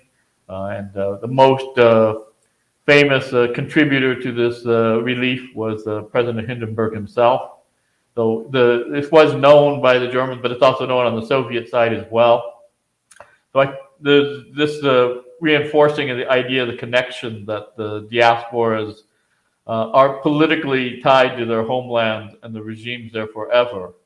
And so when after the assassination of Kirov, they have the overhaul of the Soviet legal system to allow for the Great Terror in 37 and 38. I think it's kind of inevitable that would go against the diaspora nationalities. And the only diaspora nationalities that are not hit are those that do not have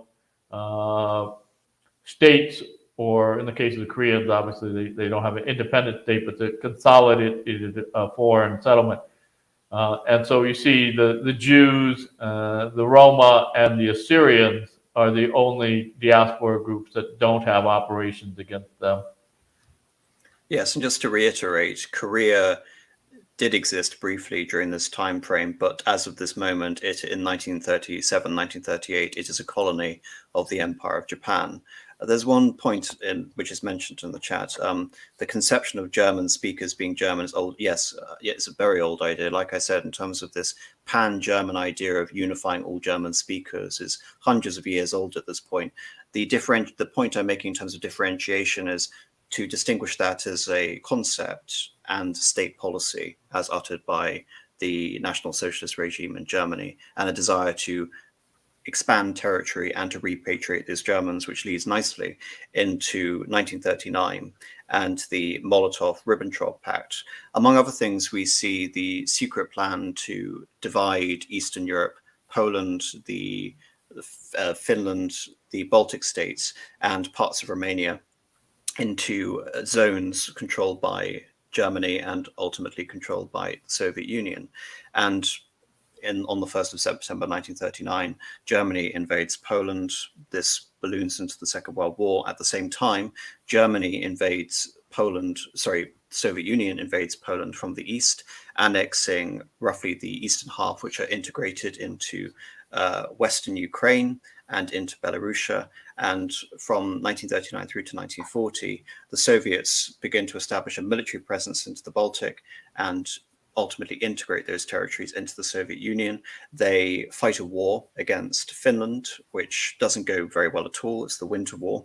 But they do manage to wrestle some territory in the Karelia to join in to the Russian Soviet Socialist Republic. And then, of course, there is the annexation of the Bukovina, which has a large number of Germans there as well. The Bukovina is this little borderland between Ukraine and Romania, which was once part of the Austro-Hungarian Empire, which had a population of Germans coming there from the 18th century. Nevertheless, as part of this program, something which is often never mentioned is this idea of a population transfer. Now, already in the 1920s, we see bilateral wholesale population transfers, in the sense that we have the Greek-Turkish population transfers, which removes the Greeks of the Pontic regions in Anatolia, and similarly removes Turks, say, for example, from Salonika, repatriating back to the new Turkish Republic, which had been created by Ataturk in the 1920s. We see a similar policy agreed by the Soviet Union and the German Reich at this time. And the ideological basis of this is the idea of Heimensreich, a home in the state or a home in the nation. And as far as I'm aware, the largest section of the population of the Germans living in Russia who go along with this idea of repatriation into the German Reich are the Baltic Germans. The vast number of Baltic Germans. I think the Bessarabian Germans are larger. Yeah, possibly, yes. I think it's 75,000 Baltic Germans. I can look it up versus 85,000 in Bessarabian Germans. Yeah. So these Germans are moved and integrated into the German Reich. And this lasts from 1939 until 1941. And in 1941, on the... Is that all right? I think the 1940 was a movement. Let me... Well, yes, in 1940, we have the annexation of Bessarabia and Bukovina and the Baltic republics. In 1940, as resettlement of the Baltic Germans, 52,000 from Latvia and 14,000 from Estonia, which is 93% of the 72,000 living there at the time. And they are settled in the Wartagau, and what was part of the Second Polish Republic that becomes occupied and annexed by the Germans after 1st September 1939. Yes, the Wartagau was one of the new Gau created out of the Second Polish Republic. The area around Warsaw and its immediate environs into the south was created as the general government, a nominal Polish state, but under German control. A similar situation we see with the Protectorate of Bohemia and Moravia, which isn't directly integrated into the German Reich, but is nevertheless controlled by it. And the Wartagau is, you can say, the clearest example of the expulsion of the Poles and this idea to repopulate it with Germans from the Soviet Union. Nevertheless, in 1941, we see the beginning of Operation Barbarossa, and the Germans invade the Soviet Union. Now, what is Stalin's ultimate reaction for how to deal with the Germans who are left in the Soviet Union now that Germany has betrayed the Molotov-Ribbentrop Pact and invaded? Well, initially, nothing happens. They're still in the territories, including the Volga German Autonomous Soviet Social Republic, and allowed to continue national existence. There's still some 30,000, almost all from the Volga, in the Red Army that fight against the National Socialist Armed Forces at places like Brest.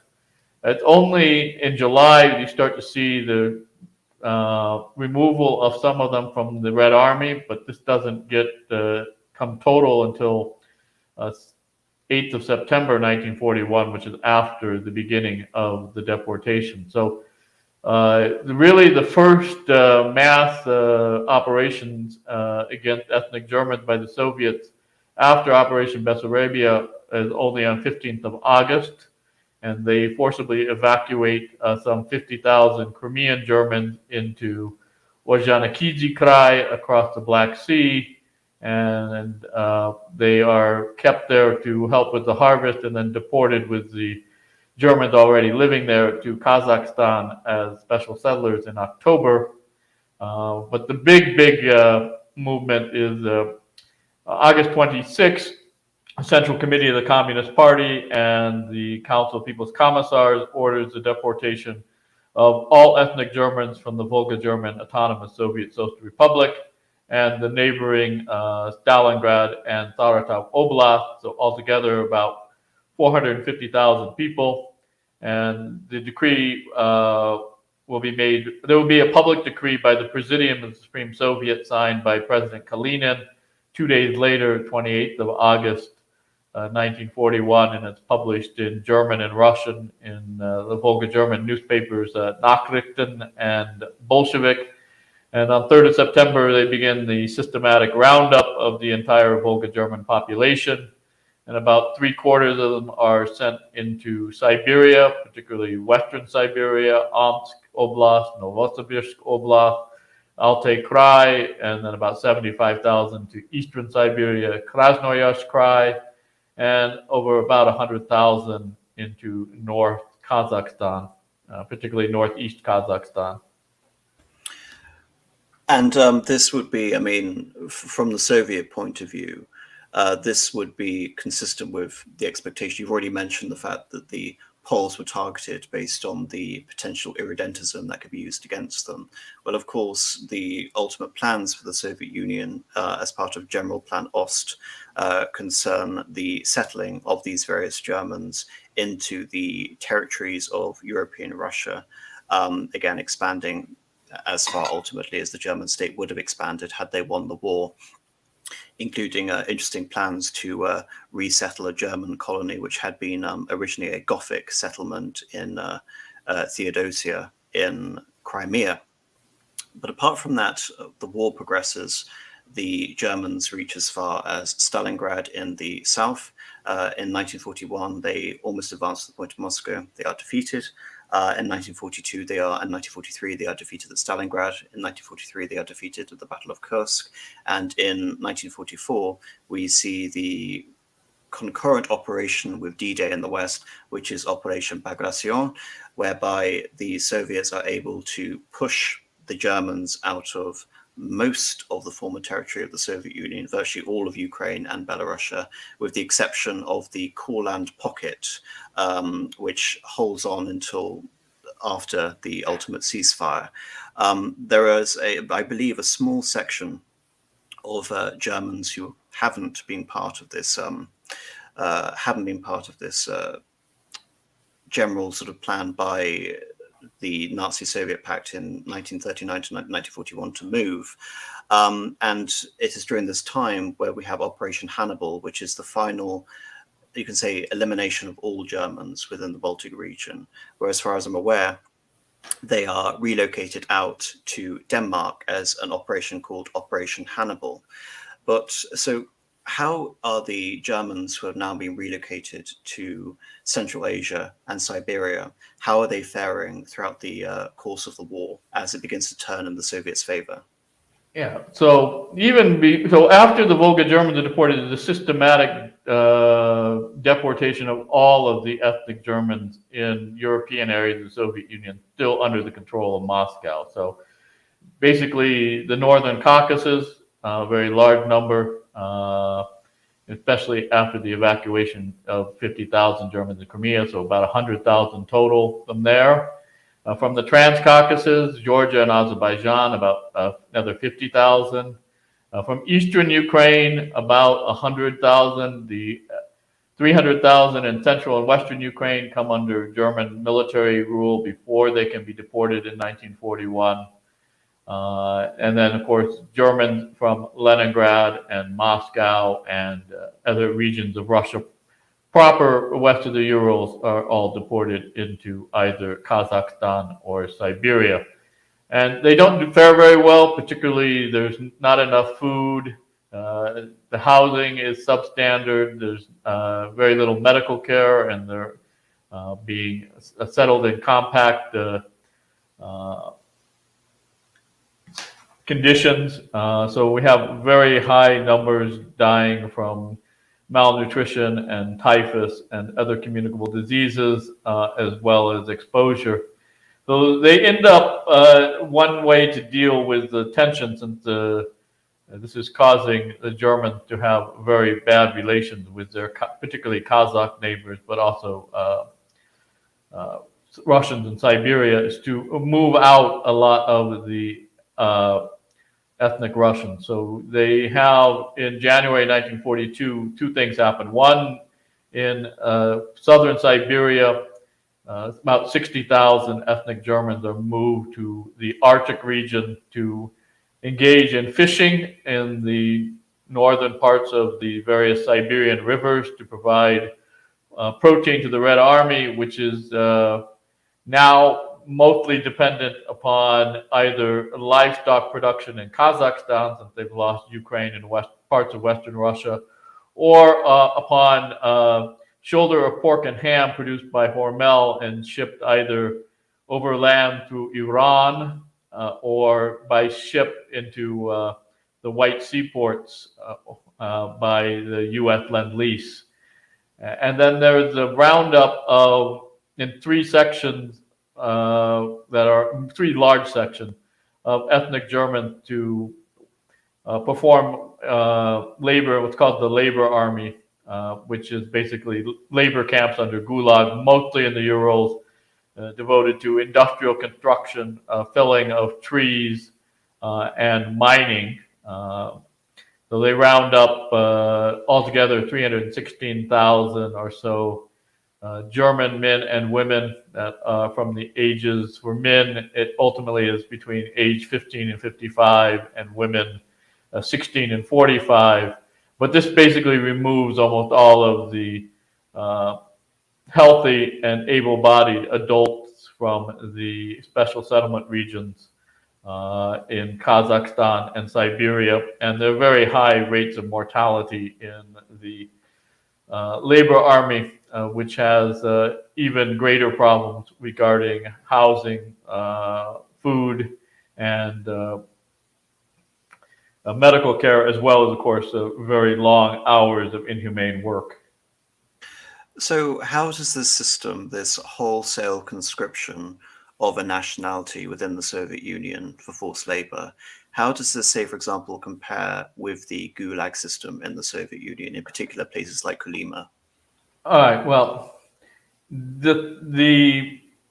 for a zek, a convict, a prisoner, you would be arrested and given a specific charge, even though the charge was probably bullshit.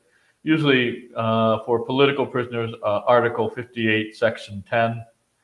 And then you would be given a travesty of a trial where they basically would say you are a counter-revolutionary and convict you, and then a fixed sentence, right? So while it's not what we would call due process, there is a process. The process for the conscription into the Trudovaya Armia, or Arbeitsarmee, is considerably different. They would basically be given conscription papers and told to show up to military induction points and given a physical, as if they were being conscripted into the Red Army. And then they were handed over by the NKO, the People's Commissary of Defense, to the NKVD. And they did not have a period of time which they were mobilized. There was no trial. The reason for their mobilization is because they were an enemy nationality, so there is no individual charge. Right?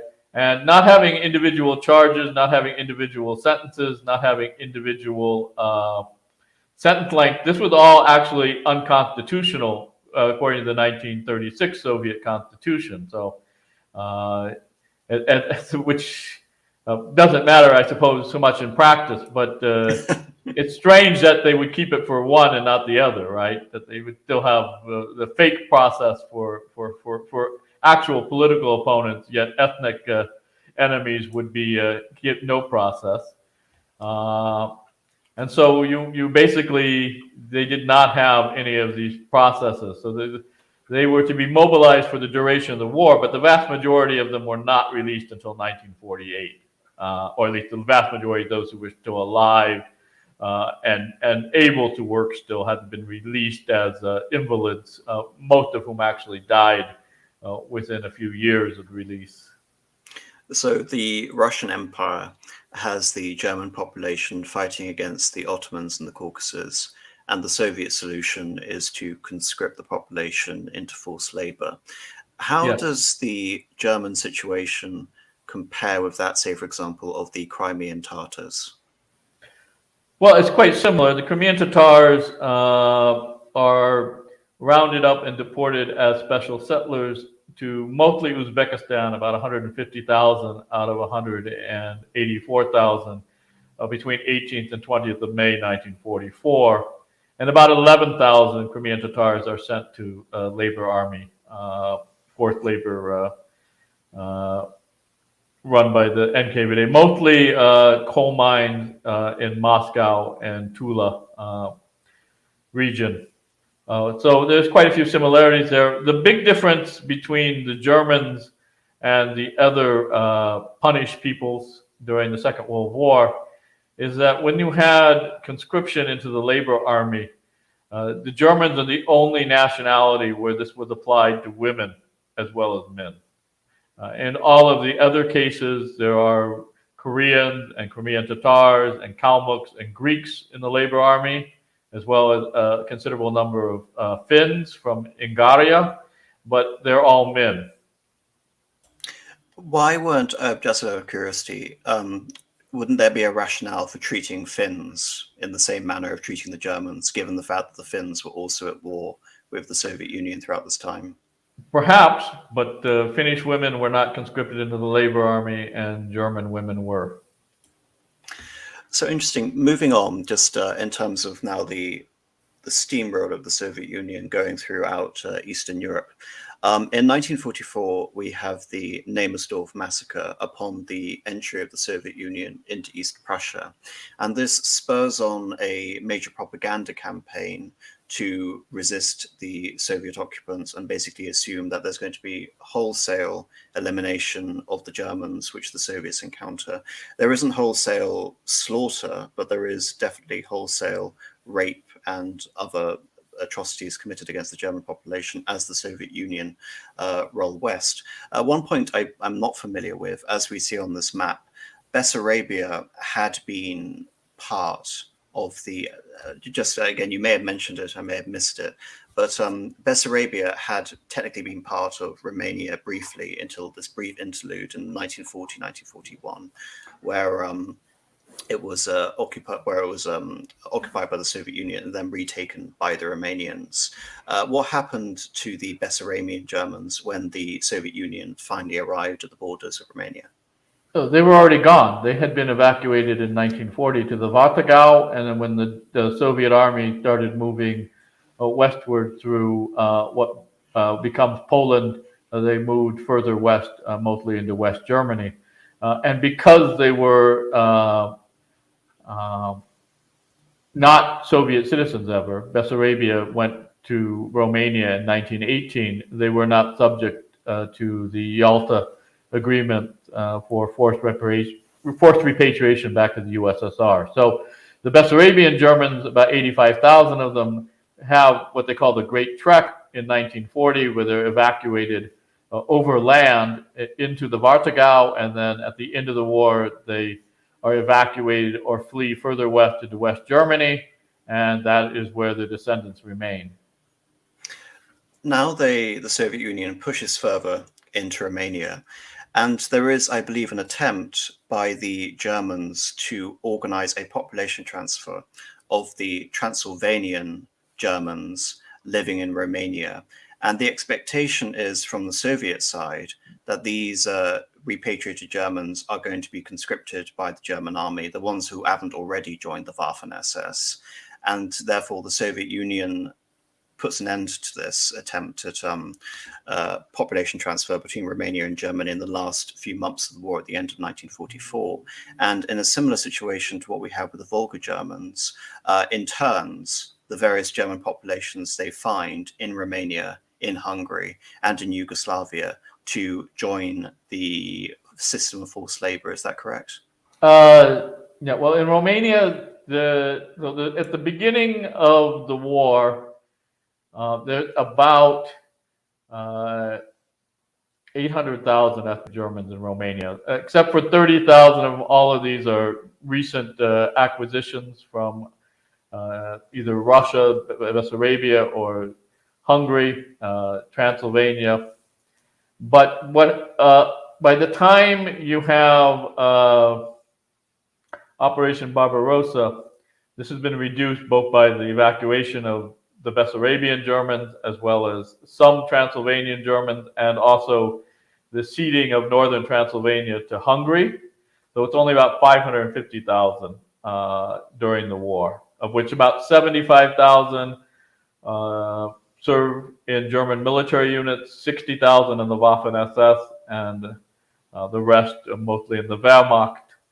But at the end of the war, the Germans managed to evacuate another 100,000 or so out into Germany. And again, like the Bessarabian Germans, since the Yalta Agreement only applies to people who are Soviet citizens, they are not the subject to a forcible return.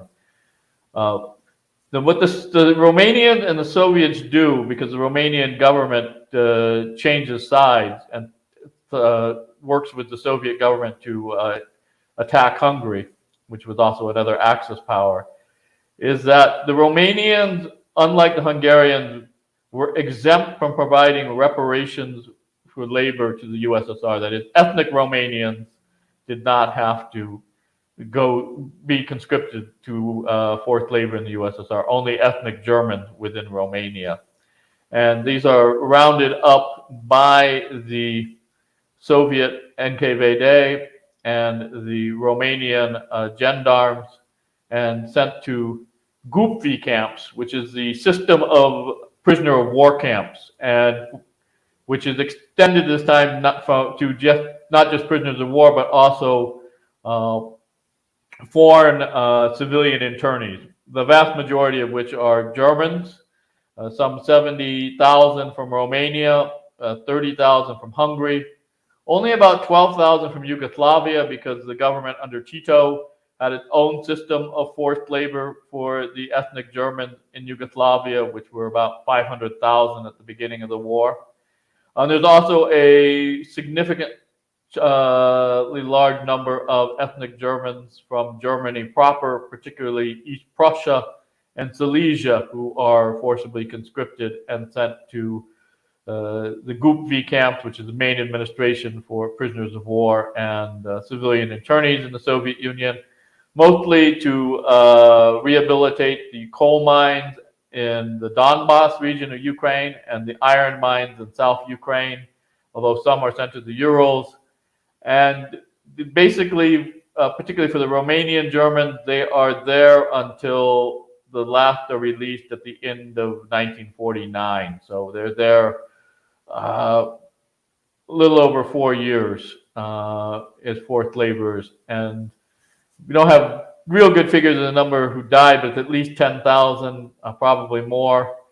And a number of those that were released were not allowed to return to Romania. Some 40,000 remained stuck in the SBZ, which becomes the DDR in what is now, which it was central Germany, but becomes East Germany after the loss of Pomerania, Silesia, and Prussia to Poland and the USSR. So, as you mentioned, Romania switches sides. Hungary tries to switch sides, but is prevented by a German invasion in 1944. So Hungary remains technically as an Axis power until the end of the war. The Soviets push through into Poland. Much of the Polish resistance had already been destroyed, so the Soviets are able to establish a friendly administration there. The system which takes slightly longer in Romania and Hungary and Bulgaria, and of course Tito's Yugoslavia is another matter entirely. And in Czechoslovakia, Prague is taken after the ceasefire, as far as I'm aware.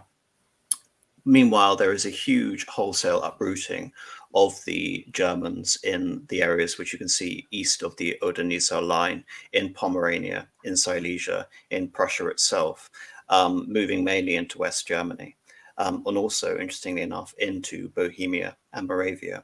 And in the Czechoslovakia is recreated after the defeat of the Germans after the war. And for the rest of 1945, there are basically irregular land seizures at the expense of the Germans, and many of the Germans flee into exile. And from 1946 until 1948, there is the wholesale removal of millions of Sudeten Germans. Some of them are pushed into the West German zone, others into the Soviet zone of occupation. For reference, the Some also into Austria. Yes, Austria, of course, is occupied, and it is divided into 4 zones of occupation at the same time. It's important to note that Austria won't be reunified until the 1950s, and the Bundesrepublik of Germany, Deutschland, and the DDR will be created in 1948. As for the situation where we're looking at Poland, Poland, of course, has the largest number of Germans, and we see a radical renegotiation of what the national territory of Poland is. Now that the Allies have recognized the Soviet Union's borders, having included the Polish areas in the east, which have been incorporated into Belarusia and Ukraine, that in addition to the fact that the Soviet Union has also been recognized control over the Baltic countries, including Lithuania. Right, they give Vilnius to the Lithuanian Soviet Social Republic. Yes, and because Vilnius, of course, was part of the Second Polish Republic, and Kaunas was the capital of Lithuania in the interim. The remaining territories are ceded to Poland partly out of compensation for the loss of territories in the east, and also partly to fill this idea of some form of piased Polish restoration. Going back right to the beginning of the stream, I talked about how the Germans were at the banks of the Elbe, then the Oder, and then we have the Wendish Crusades, the Kashubians, the Wends, the Sorbs are part of these later Germanized Slavic communities. And as we see from the 12th and the 13th century onwards, they expand into this area of Pomerania and Silesia. So what we see remarkably from 1944 until 1950 is the restoration of a Slav sort of domination in this region, which we haven't seen in this territory for 800 years, roughly. East Prussia is divided into 2. The northern part becomes Kaliningrad Oblast, which is directly annexed into the Soviet Union as part of the Russian Soviet Socialist Republic and remains part of Russia to this day. The southern part is integrated into Poland. The population, I believe, in East Prussia is forcefully again removed, partly to West Germany, but I also believe that some were also deported to the forced labor army. Is that correct? Yes. I can look up the numbers, but there's a sizable number of Germans who were actually Reichsdeutsche. These were people that were German citizens in 1937, sent to Group V camps from East Prussia and Silesia at the end of the Second World War. So these are civilian Germans that are German citizens that were being used for forced labor in the second archipelago, since the Group V is an entirely separate administration under the NKVD and MVD, then Gulag. So we've seen what's happened to the Volksdeutsche, the Auslanddeutsche, the Germans living in various foreign countries, but now we're talking about the Germans who had been citizens of the German state and then the German Republic, and before then even the German Empire. This territory had been essentially definitively German since the late 18th century, and with areas that were pieced out to the Polish at the conclusion of the First World War. But now we see the wholesale secession of Pomerania, Silesia, and Prussia to the Soviet Union and Poland, and we have the repopulation of Kaliningrad with Russian citizens, and Königsberg, which had been the historic capital of East Prussia and by extension the Duchy of Prussia, was rechristened as Kaliningrad and remains so to this day, even though there are some attempts to try and rename the city Kantgrad, which is equally as repulsive as a name, in my opinion, after Immanuel Kant. And that is probably one of the most drastic examples of the elimination of Germans in the East, far more sort of dramatic than almost anything we've been talking about regarding the Volksdeutsche, just in terms of the scale of the numbers and of the historical German settlement within that region.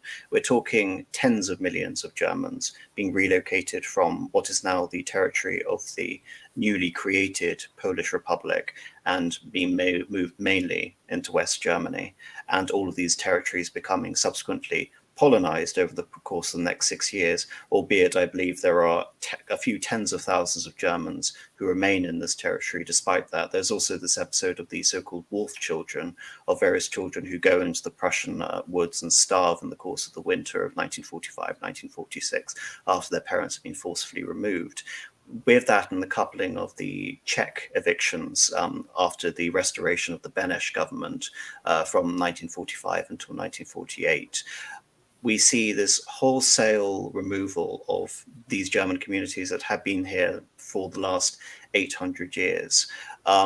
Most cases, the vast number of these Germans, a large number of them died. The original death toll estimate, I believe, was around 2 million, but I think that's since been revised down to about 500,000, possibly. Am I correct there? The original German government estimates have been revised from over 2 million to, I think, in some cases, it's about 500,000 to 600,000. But it's hard to say, because I've seen estimates that are fairly recent using Polish and Czech sources that say it's actually higher than that. It's somewhere around 1 million deaths. It's probable that the original numbers put together by the BRD were too high because they didn't have access to a lot of sources in the East. But at any rate, the figure 500,000 to 2 million out of some 14 million people is a very high percentage. Well, it's one of the largest population transfers in the history of the world. And again, it's remarkable the fact that you mention it to someone and barely anyone really knows about this wholesale erasure of a history. And Germans have only been really resettling in these territories as European Union citizens after the fall of communism in 1990. In terms of the recognition of this new border along the Oder-Nassau line, the two rivers that make up the modern boundary of Germany in the east, the DDR would recognize that boundary. Again, they have no option, being effectively a German, an occupied state by the Soviet Union. And in the West, Willy Brandt in the 1970s recognizes that territory and the loss of these territories as well. And in 1990, that is confirmed as the definitive border when we have the reunification of Germany and the dissolution of the DDR. So the question now is, how many Germans are actually left in this vast, sprawling region east of Germany today? Because interestingly, the question in the West, you still have a significant German population in Belgium. You have, even though there was the Eupen-Malmedy transfer in the First World War, you have a significant German presence in Alsace, and of course, Germans in North America and Germans in Argentina, as we have mentioned. But when we're talking about Germans east of this territory, the Germans who are the subject of this conversation of the forgotten Germans, as far as I'm aware, there are still population number of Germans within Romania. There was a wholesale population transfer of the Hungarian Germans, some 400,000, as a result of the Potsdam agreements. But in terms of the Romanian Germans, I believe there was a significant enclave that was there who began to move out during the Ceausescu regime throughout the 1960s through to the 1980s. Is that correct? Yeah, the big migration actually was from 1977 onward, but it had about 400,000 left after the return of the survivors from the Group camps, and now there's only about 30,000. But that's not just the Siebenbürgen. That includes also the slightly larger population historically from the 18th century on in the eastern Banat, which is, you can see there's like two spots there in around Timișoara would be the Banat region. So, and then in the center of Romania, the Siebenbürgen region. So we've had something like a 90% decrease through emigration since the late 70s.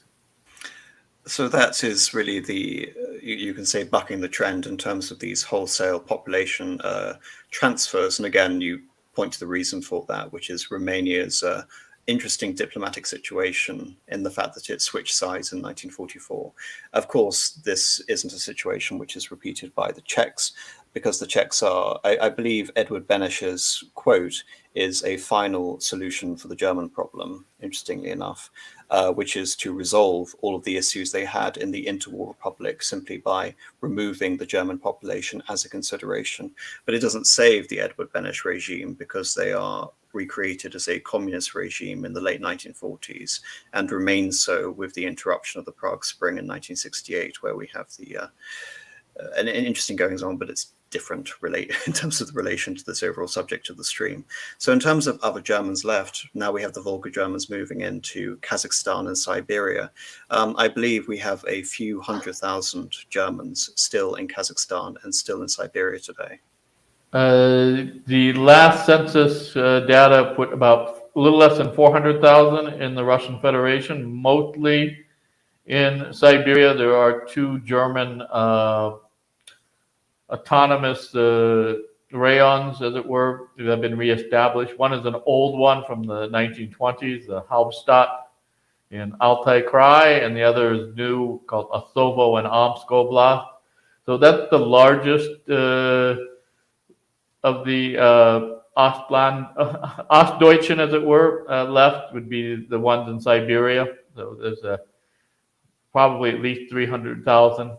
And then there's a little less than 200,000 still left in Kazakhstan, mostly around the area of now the city is called Nur-Sultan, but was known at one time as Akmola, and one time Selinograd, and one time it had other names, but it's the Astana was for a long time the name of the capital there. They moved it from Almaty. So that region still has a significant German population. The only territory in Central Asia that still does. Most of the Germans from Kyrgyzstan, which used to have over 100,000, now less than 8,000. Almost all of the ones in Tajikistan, as well as most of those in Uzbekistan, have left as well. And I think that's it. I think we have it there. We have the fate of the Germans east of the territory of the modern boundaries of the Federal Republic of Germany. All I can really say, Otto, is thank you so much for coming on the stream. It's been a real pleasure to have you. No, thank you very much. Just quickly, because we haven't got any super chats, so I'll quickly go over the chat to see if there are any interesting questions. Is the India-Pakistan population transfer large? Probably the only one that compares. As far as I'm aware, it is virtually comparable. I mean, in terms of the scale of the German population transfers in the 1940s, my number is anywhere between 14 and 16 million. And from what I understand, when we talk about the division of Pakistan and India in 1947, which is again the same time, that there was a roughly almost exactly the same amount of people involved, and a huge number of deaths, again, similar to that, what we see in Germany, anywhere up to 2 million people. Right. And of course, Wiener Chronist in the chat is mentioning that it wasn't just the expulsion of the Bohemian Germans, it was also around 250,000 Bohemian Germans also perished as a result of this forced expropriation and expulsion of these people from these territories. And again, just to emphasize, we're talking about the reversal of 800 years of history. Could you comment on Russian cultural attitudes towards the German minorities? Well, Otto Pohl is far more experienced in terms of being able to answer that question as to the modern attitude Russians have. Contemporarily, it's actually pretty good now, but of course, you know, it's one of these things, they're no longer really a viable ethnic minority anymore. Those that didn't emigrate, a lot of them are heavily Russified themselves. So there's not a lot remaining as far as the German culture of the ethnic Germans still in the Russian Empire. I mean, the Russian Federation. And many of them are also in mixed marriages, particularly with ethnic Russians. So there is ongoing Russification as time goes on. But the hostility and outright hatred that you saw in the 1940s and 1950s has greatly dissipated, obviously.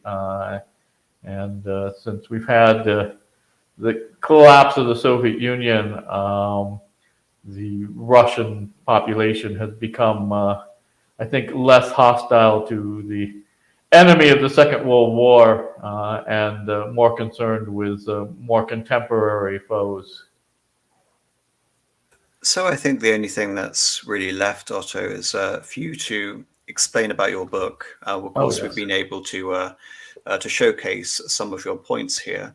And would you like to tell us a bit about what is your book and why we should all buy it? Yes, this is the book. It is, get it there on the screen there. It is The Years of Great Silence. It is in English, but the publisher is Ibidem Verlag out of Stuttgart and Hanover. The actual publisher is in Stuttgart. Hanover is the business office. It is distributed by Columbia University Press. So if you're in North America, the easiest way to order it is from Columbia University Press. If you're in Europe, easiest way is from Ibidem, particularly if you're in the European Union, such as Germany. Great Britain, I'm not exactly sure how that works now that they pulled out of the EU, but I understand it's not as easy as it used to be. But it is $42 US, and in Europe, I believe it's 38 euros. It is largely a history based upon Soviet archives in Moscow, particularly state archives of the Russian Federation, dealing with the 1941 deportation, conditions in the special settlement regions, and the mobilization and conditions in the labor army from 1942 to 1948. But the book does cover the entire history of the group from 1763 all the way up until present day, with the mass emigration into Germany. Yes, and we have a link for the book in the description. There is also a link to Otto Pohl's YouTube channel. He recently had a conversation on the Romanian Germans, and there are many conversations logged on his channel regarding the state of the German diaspora. So do please, everyone, check out his wonderful YouTube channel. Thank you again, Otto, for being such a wonderful guest. Thank you for everyone for listening to the stream, and good night, and have a lovely weekend.